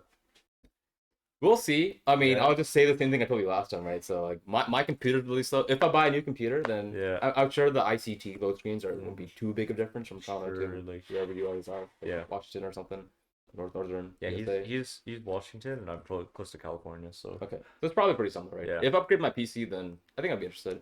I'm kind of curious though, just like, okay, we've all done so much practice. Like, what if we just teamed up or something and just for like, again, just a speed run, right? Just improve each other, build the bros up. Well, that was part of the issue I have with practice is nobody's sharing any strats, nobody's like, talking about anything. Excel will talk about his times, and stuff like that. I think Excel may have done like one stream beforehand as well. But Ty is so secretive. You could never get information out of him ever. I guess it meant more along the lines like, what if we just like... Yeah, what if we collab? What if we beat Act 10 in like an hour and 20 minutes or something? Oh, something just like, that's crazy. They did that? Oh shit, Like, you always set the boys are now in math now. Instead of one of us in math, one of them no, the boys. Wait, what was the 100 time again? 1 hour. Yeah, literally 1 hour short. Yeah. 1 hour, 1 minute, and like 59 slash plate or something. Yeah. Jesus. Yeah. That's like people are not done with Act 2 by then. I was talking to Team Focus, the boys. They're so chill, man. Yeah, they're so chill. And I was telling them like, dude, I think you could do a bit of it a few minutes faster. And he's like, yeah. So the issue is that we could have easily have done the 100 faster, especially after doing it and making a lot of mistakes. The issue is that the little Lake of Calandras that you got for XP, the Untainted Paradises, there literally wasn't enough on the market. Yeah, there was. They were producing most of them themselves because they just could not buy enough because they weren't being produced. ADT is the GOAT, saying it now. ADT. Yep. And so it's like if they had access to more of those, they would easily have pushed like sub 1 hour, but they literally could not do another attempt. Yeah, and then it's just the challenge of like getting everyone online at the same time, and we're all from different time zones. Yeah, and it's like, okay, we literally have these 3 hours right here. If we don't get it done, it just does not happen.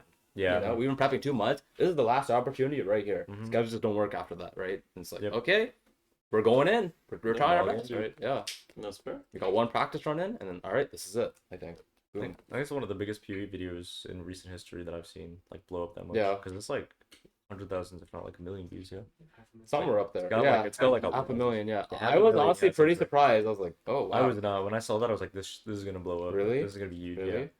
I'm not gonna lie, we kind of suspected we were gonna get flamed for some reason. Because like sometimes people they flame people for like trying hard, right? Yeah. You know how like it is, you're right? ruining my fun, dude, because you're trying to be the best. But this is at the end of the but on the same side, like this was at the end of the league. We weren't affecting other people's gameplay, right? Exactly. We were making the lakes ourselves mostly, and I think part of the issue is that people will post themselves doing something crazy like that, like towards the start of the league, and it's like, oh, that's a bug that's gonna be fixed, and Empyrean Gaming's he's just cheating, dude. They're all cheaters. That whole group is cheating, especially Snap. I hate that guy. Stuff like that. Snap on yesterday. Yeah. I had dinner with him and I think his girlfriend, and so that's why I'm able to make that joke. But yeah, Reddit is always mad about things that they missed out on. Whereas I feel like this had such a high level coordination that people didn't feel like they missed out or they were cheating on it. I feel like they just had genuine respect for it.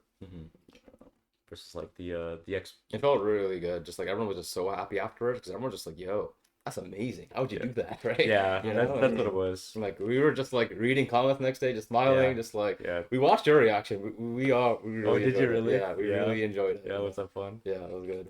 I remember that. You're like, yo, downtime, bro, go faster. Right? Hilarious. I should have posted the reaction to YouTube because that's the meta now. Yeah, that is the meta.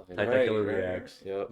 That's how you can start with the collabs. Everyone uploads their runs, and then you all trash one person, and everyone trashes each other. Maybe that's the time. And then you upload another one the week after, and then you do another spin at it. Reaction Andes. Yeah. Because if I put out a VOD that I feel pretty good on, and Meixsell like the next day puts out a VOD of him like pausing for 20 minutes straight and like putting up like the thing that lets you draw on the screen. You should go top left here and this layout by this rock. It's like, oh shit, I need to redo the run now. And then it's like, it's cool. You're just building up on each other, right? You're building each other up. I think that'd be good.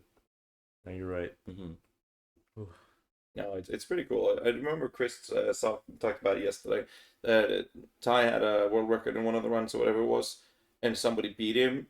And he had that moment in the spotlight for 1 hour, and then Ty just uploads another one. That was him. That was him. It was you, Alan. It was me. All right, because I only heard half of the story. I came in midway. So I had a world record Act 10. It was like a 220 or something like that. Yeah. And then the I think after ExileCon 19. literally like a month went by. And then this guy posted a 2:19, and I was excited because I was like, Yeah. oh shit. I saw Havoc broke the world record while I was in class because I was still in college, and I was like, I can't wait to go home, and I'm gonna go beat his record, and we're gonna go back and forth. 30 seconds, minute, 20 seconds, I don't care. We're gonna go back and forth. There's gonna be content for a while. And Ty23 took out his flash drive and uploaded a run like literally like an hour later or something like that. Yeah. He beat it by like 20 minutes, and I was like, all right, if we're gonna go into details, it was actually a 209 I posted. Oh, was it 209? It was 209, and I guess mine was 210 or something. Yours was something like that. 215 somewhere. Yours was close. Yeah, we were very close, and I was like, oh, I can beat, because I knew I could beat my time, so I knew I could beat your time. I think he posted. Okay, I think on my Reddit post he posted like the chicken breast meme or something. Yeah. Right? And, he's like, oh, what's he gonna do? Next day, all right, 2 hours. Yep. Yep. That's crazy. But So actually only 9 minutes. My bad, dude. Only 9 minutes. Okay, but 9 minutes was pretty huge. That is pretty huge. I was too focused on work and school that I just didn't have time to beat 9 minutes. Sounds like a lot of excuses over there. Yeah, that's all I'm hearing, dude. That's all I'm hearing. Sorry, what was your X10 time again?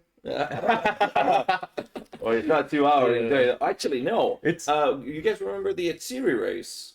I don't want to remember. Right. I do want to dig up old wounds after that comment earlier. But I have a 0% win rate against Ziri at the moment. Okay. We can. I started at Syria at 2 hours 47 minutes or something, or whatever it was. What was the kill? 230, 220 or something? I don't remember. It was some crazy. It was absolutely insane. Yeah.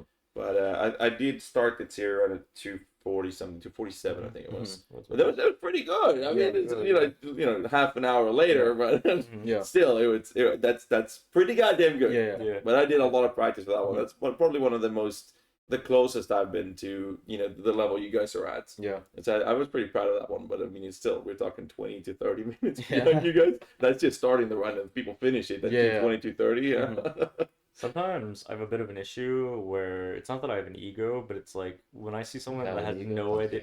Yeah, I mean, I kind of have an ego where it's like I'll see someone talk about how like Havoc or Tai will never compete with Exile because they're just light years ahead, and it's not even close. Like I can't even support Havoc because like I literally saw someone type that one time in Exile's chat, and I was like, I'm about to go off on this guy and like tell him not like, worth it. and I was like, you know what? This guy is like probably like 40 years old, plays PU with a beer in one hand. Like this dude doesn't know what he's talking about, so I'm just gonna ignore it. Yeah. So it's a bit hard for me to have that restraint. Yo, don't attack the dad gamers. You see the dad gamers versus the tryhard gamers in D4, dude. There's some funny memes there. I'm not gonna lie. Those are some good memes. Yeah. There was a. If you're unaware, there was a. I see a bunch of haze in chat right now. Yeah. Hey, what do you mean, Ty? What do you mean? Yo, dude. I mean, Twitch chat is always going to be like. People like to be hostile or toxic, when they can hide behind their being anonymous and whatnot. And it's what's really good, and what I think is very happy, that I'm very happy with the PoE community, is not just the community itself, but there's content creators behind them as well. Yeah. So it's been very well grounded, if you will. Friendly. Definitely are. Yeah, you don't have to love everyone, but I mean, there's a level of respect in between. So I mean, I hate this guy. I'm just kidding. I'm just kidding. There's a rivalry going on. Yeah. It's like I have a rivalry. There's some mutual respect there too. Yeah, there's a lot of mutual respect. But we definitely have some opposing views on a lot of things. To the point where like we wouldn't group up with each other again. With this guy, man. Yeah, I know. Right? Like I would have never down now. I would have preferred it if GHAZZY sat between us, but like try to separate you. I was preferred by dominance, Yeah, no, it makes sense. I mean, I heard you did it in the race. Like I was doing it. You probably beat the shit out of me. No, but I mean, I like the approach of it. I mean, you don't always have to agree with one another, but in the end, it's a level of respect there, and that's very, very nice to see. And for the most part, that reflects well over in the Twitch chat. But it's always impossible to keep the house clean, right? You'll have the occasional 12-year-old basement dwelling incels. Yeah. Well, it's funny that you mentioned what you said earlier about streamers being very positive, because Quinn was telling us last night that like some other gaming spheres, like some other streaming circles, like those are really cringe. Like you've got the PvPers and you've got the PvEers, and then like you've got like the high level like elitists that are just like, fuck you, you're not gonna be as good enough, or you don't play the top level. But like I've never experienced that in PvE. The amount of times I've gone to Ben's chat and then like I've memed around, and he's like, yo, what's going on like that? There was never any like what's it like being fucking garbage? It's a piece of trash. There's nothing like that. Like, obviously, I will never compete with him in like a gauntlet in any capacity in any shape whatsoever. Yeah. But like him and XL have shown me nothing but respect. So it's easy to replicate it when it's shown to you. I feel like. It's funny you mentioned Queen as well. Like him and I have had some differences in our opinions on certain things. For yeah. Funny things, you know? Yeah, I remember that. I gotta watch a GHAZZY necromancer video. What do you mean, right? Yeah. And then Okay, we had a good talk on Friday, and it's same thing there. It's just the level of respect is always there between one another. So we had a good talk, and it was like it never happened. Like Water under the bridge, yeah. When obviously you see Twitch chat we'll never forget. Yeah. So that was going on quite some time. Will probably last another year or two. Yeah. But it is what it is. But like the streamers, between each other has always been very, very good, in my opinion. For those of you who don't know, Havoc's been banned in my Twitch chat since apparently a little over 4 years. Yeah, something like that. Yeah, I had no idea. I had no idea why either. You know. And you never told me, and I had no idea why he was banned. So he told me. I told him like a couple days ago. Yeah. Like, so why did you ban me? By the way? He's What? like, oh, I didn't. What do you mean? Yeah, so I was like, I literally had my mod. I was like, guys, find out why and who. It turns out it was a previous mod, long time ago, 4 years ago, that apparently banned a couple of people. I don't want to throw out the other names, so we actually spent the night going through a purge list of what the fuck this guy was doing. Yeah. To unban. So you were caught in that crossfire. Nice. I don't know if you pissed someone off or this guy off. Or, I don't know what happened. But Ego, I indeed. mean, I've been banned in your stream a few times for smiling. yeah. Dude, That's ancient. That's ancient history. That's an ancient. I used to ban the smilers. Now I'm over it now. Yeah. Smile what you want. Some of the old frogs, they do remember the days. You post something, you might just get banned straight up. Yeah, dude, straight up. Yeah. I mean, I miss Meixsell sometimes. That dude was a smiler. He was a smiler. Yes. No. I mean, every community, like you mentioned, the disparity it's really in the WoW community, for example, with PvP years and whatnot.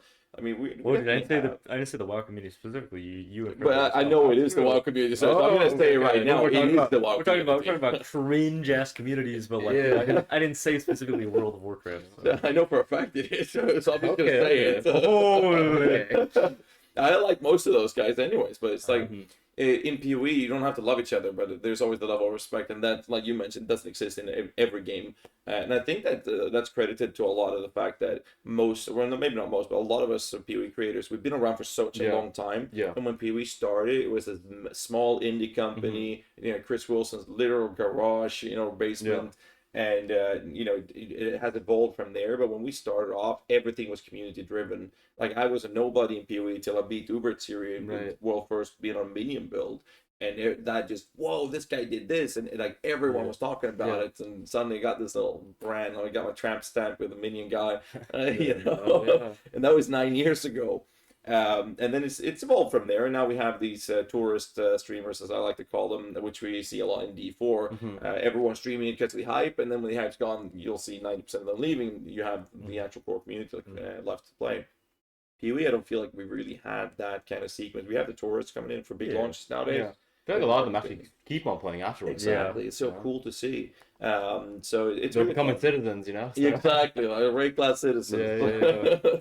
So I mean, every time I see someone come up and say, "Oh, Sis or this guy or Havoc, Tai or GHAZZY, you made me play Path of Exile," I just apologize immediately. I'm so sorry. I made you play the last game you'll ever play. So, I say something so similar. Oh, you want to try PoE? Do you have a life? Do you still want to have one after? So in one of my college classes, I was in a PoB and I was looking at the calcs tab and I was like messing around with shit, and someone was like, "That looks really complicated. What class is that for?" And I was like, "Oh, it's for a video game, actually." And he was like, "Oh, what game?" And I was like, "Oh, it's Path of Exile." It's like, "Yo, that's the Diablo game." And usually I have to explain that it's like a Diablo game. And I was like, "Oh, you have heard of it? That's sick." And he was like, "Yeah, I was looking at playing it. Should I play it? Is it good?" And I was like, "I don't know, man. Would you take another 3-credit course for no credits?" And he was like, "No, I probably wouldn't." I was like, "Then stay the fuck away." That's a really good analogy. Yeah. It's funny, like with Diablo and PoE. Like every time we try to explain PoE, it's always going back to the forefathers, basically the generation of Diablo 1 and 2, right?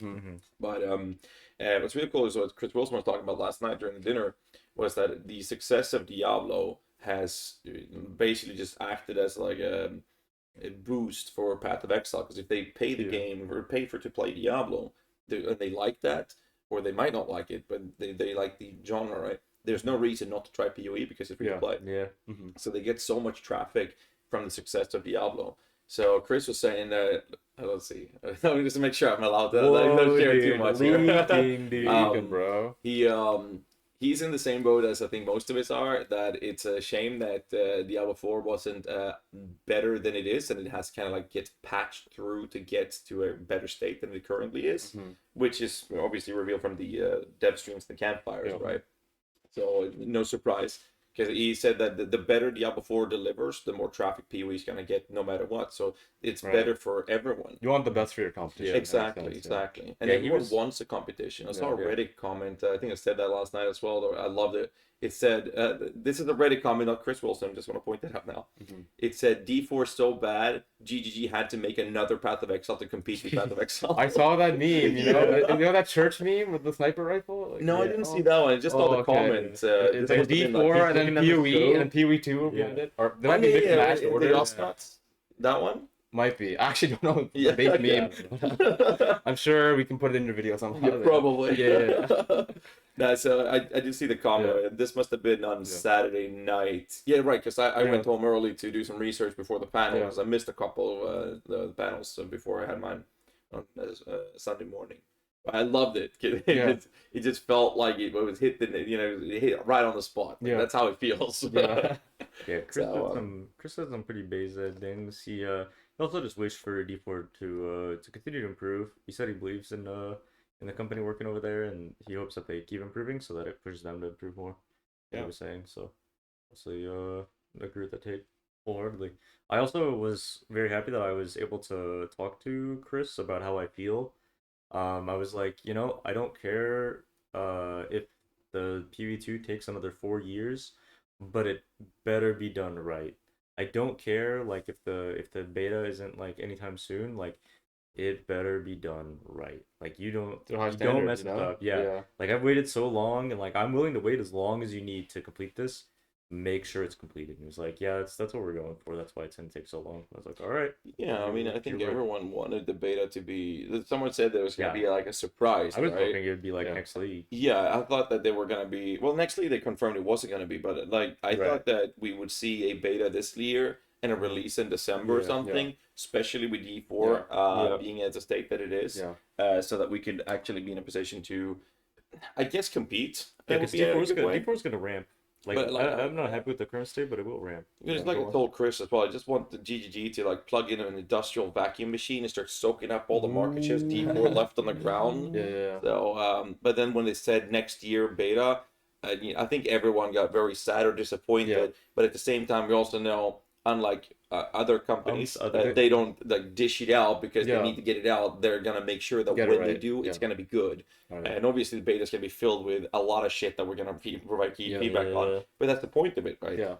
But it also felt like when the discussions, obviously, I've been asking a lot about when it comes to minions, but the goal structure itemizations, it doesn't seem like they have a full picture of their vision that they want to achieve with PoE2 yet. So there are still a lot of things to decide on fundamentally before they can start programming it, obviously. So it doesn't seem like they're all in agreement with it, because I remember, I don't want to throw names out here to make sure I'm not saying any wrong names here, but I know GGG devs were talking, some were saying that there's going to be available gold find characters. Okay. And I just kept thinking of gold find Barb from D2. Yeah. So that was, some people said that, and then other devs said that gold is going to be, whatever after the campaign, and it's not there. And both approaches can work really well, but when two different devs are saying two different things on this very important aspect of the game, it just felt so weird, and it just definitely confirmed that they haven't really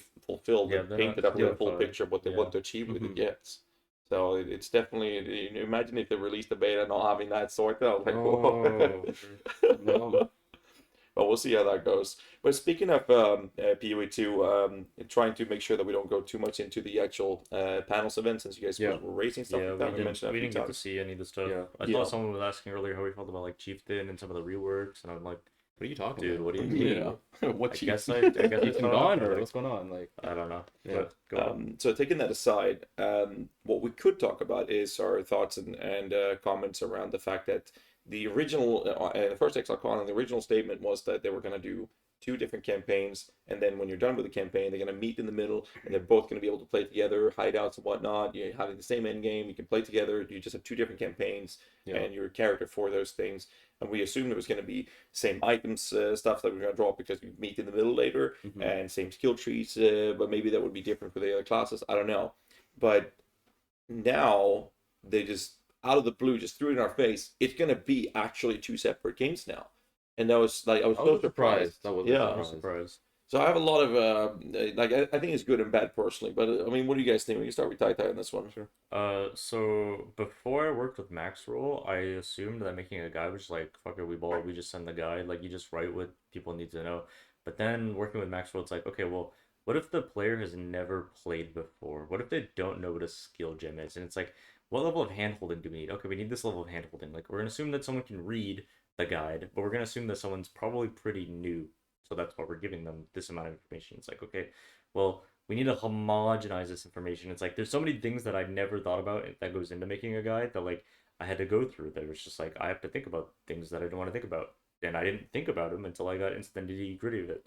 And so being midway through a project, you start to realize like all these problems. And so I'm sure they reached a point where they're like, we have to do something else. Like this can't just be like a change to PoE1 because it's such a fundamental change to the game.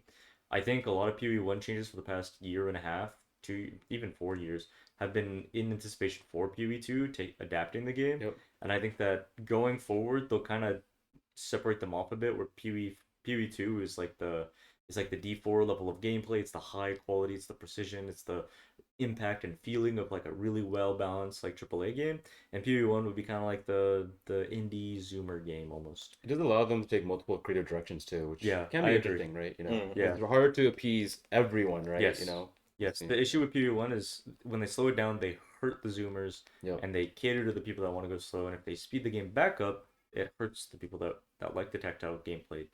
They like the D4 feeling of combat, which, to be fair, the D4 combat does feel pretty good. It is pretty good. Yeah. But I'm gonna be honest, I played like one singular demo before I pieced out and went back to go practice, and it felt really good. I played the Huntress, and holy, That's probably the best one. Yeah, people were telling me that as well. That Huntress is probably the best one. I think they may have done themselves a disservice by not having like Giga Juice characters, but that's how it goes.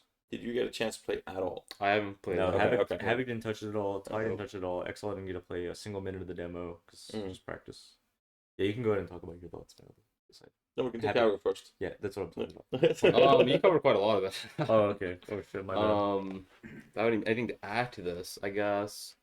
No, you covered it quite well. You know, as you mentioned, you know, you're developing a project, you kind of realize a lot of things. Basically in the same boats. Yeah, I'd say I'm in the same boat. Things a lot. Yeah, the main thing, there's a lot of advantages being able to go into a totally different direction. Yeah, with audiences. Kind of walk myself through my thoughts if I have anything new right now, and it might hit me later in a couple minutes from now. So we'll just end it here then. My take on it is very biased since I'm a guide writer. It goes like this. You know, from Meixsell, it goes like this for every launch. Now we have, instead of going like this and going down, we're gonna have another peak in the middle of that more often. Oh, that reminds me. They're gonna alternate the launches or something, right? Yeah, that sounds really cool. 2 months, 1 month. I think it's really good as a content creator because I was really looking forward to like playing like it's more uptime of just off. That's just great. You know? I was looking forward to playing PoE, then playing D4, then playing PoE, then playing D4. But like D4. Three things now, right? PoE1, PoE2, and some D4, and some who knows what else, right? My cycle right now is PoE2 into PoE1 into 48 hours of Diablo 4, and then back at it again. I mean, that's kind of always with D3. It's like I play D3 for a weekend, it's good content, and then I'm out. Yeah, but I mean, all jokes aside, hopefully last Epoch also gets thrown into the rotation at some point. It's launching this year, so and I can't say more than that. I'd have to check with Park first. Sorry, dude. Fans but go ahead. Yeah, no. So I mean, my take is very biased. Obviously, as a guide writer, it's going to be very beneficial. And I think it's fun. The guides. Yeah, definitely. But at the same time, I think that a lot of people, I want to say a lot of the vocal people, because most people don't really realize how big of a difference it is with people who are actually reading written guides the vast majority of those, they don't go to YouTube, they don't watch streams, they don't even check Reddit, they barely read patch notes. So there's a vast majority of the player base are not part of this discussion that people are having online and whatnot.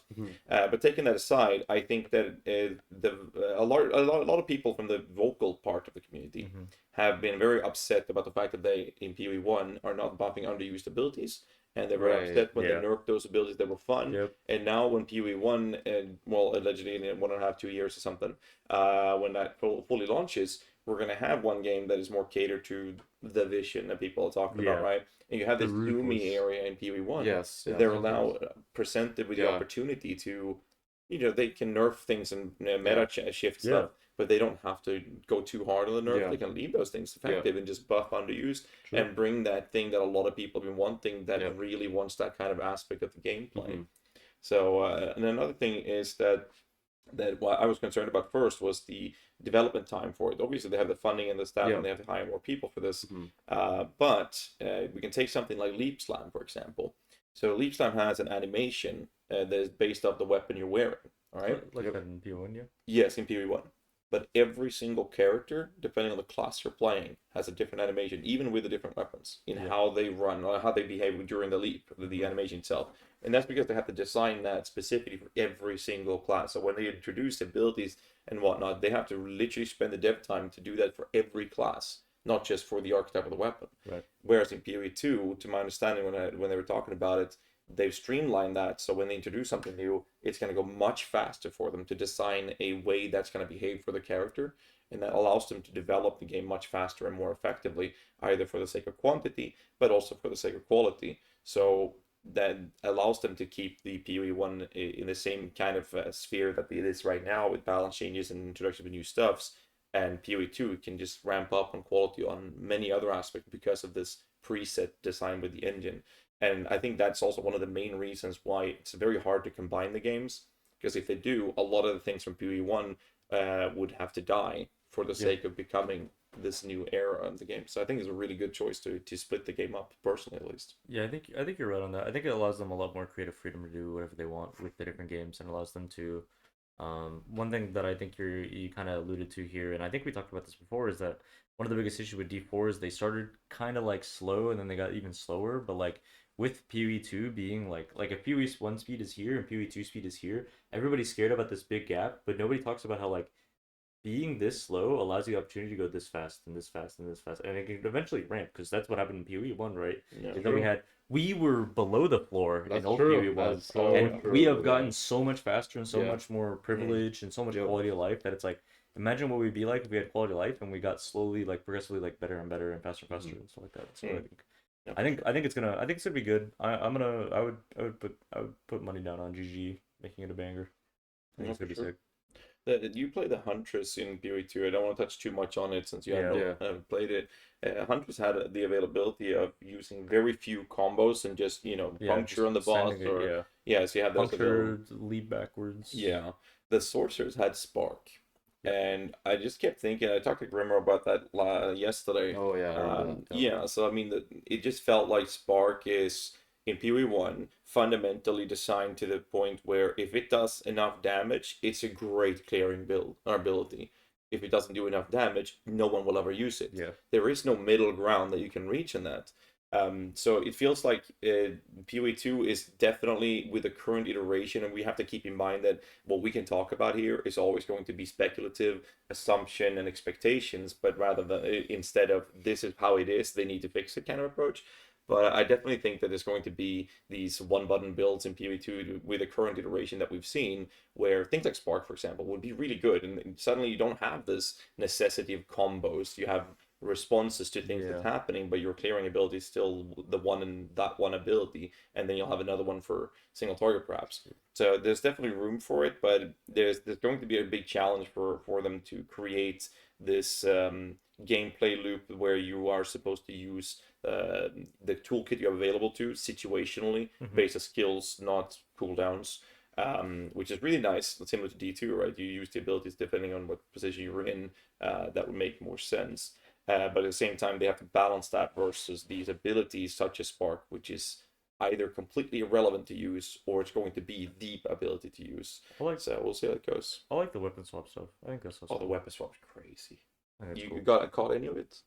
Weapon swaps? I haven't. No. So the system is that you will always use 2 weapons basically, and you can in your skill tab decide if you want to cast Fireball. You can check that, so Fireball will always be cast with one of the 2 weapons. So you can have one weapon that scales. Okay, that's really interesting. Yeah, and then you can have like a mobility skill. You're turning on the min-max brain right now. Oh yeah. Taking notes right now. I'm doing the internal POV right now. Yeah.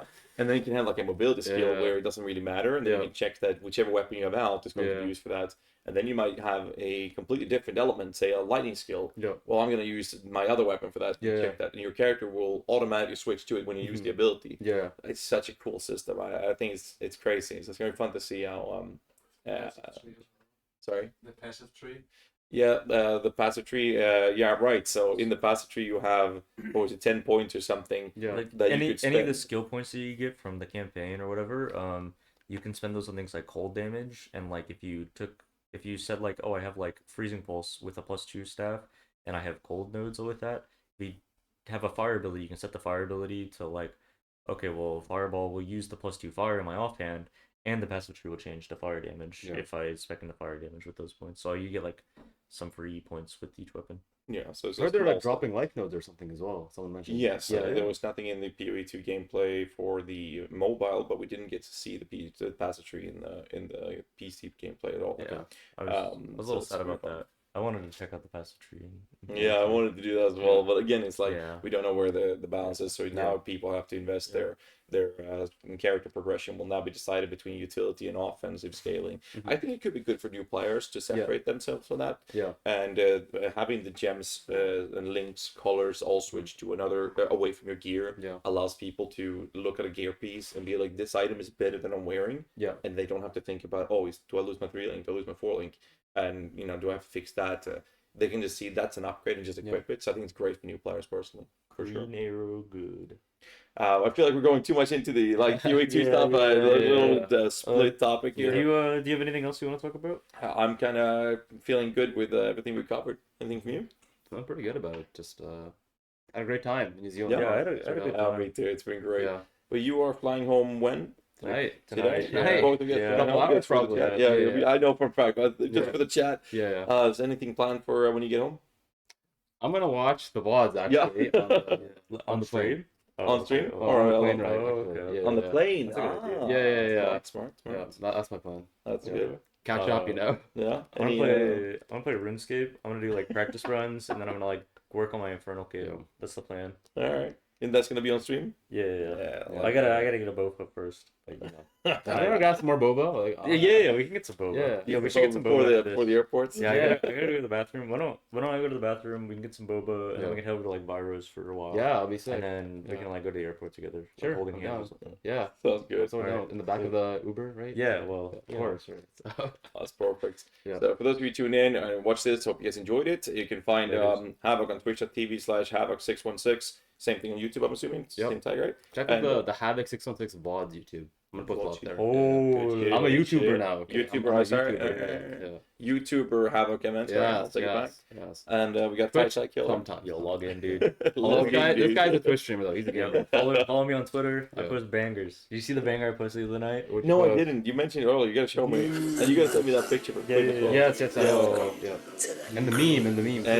Send me everything. Send me everything. Yeah, well, make sure your YouTube's a banger too as well. So that's my editor. Will have to deal with that. So this one's. You hear that kick? You gotta upload those things. Yeah, that's pretty good. Oh yeah, I did see that one. Yeah. I'm proud of this one. I was like telling Grimo, I was like, dude, we're fucking. That's the good one. That's the good one, dude. That's perfect. We're fucking, dude. So for the chat, what I'm gonna do is I'm gonna put that intro screen over. I'm gonna start some music for you guys, and I'm gonna get these guys out of my room, and I'll be back. We'll do some solo stuff, and I'm not sure what time it is.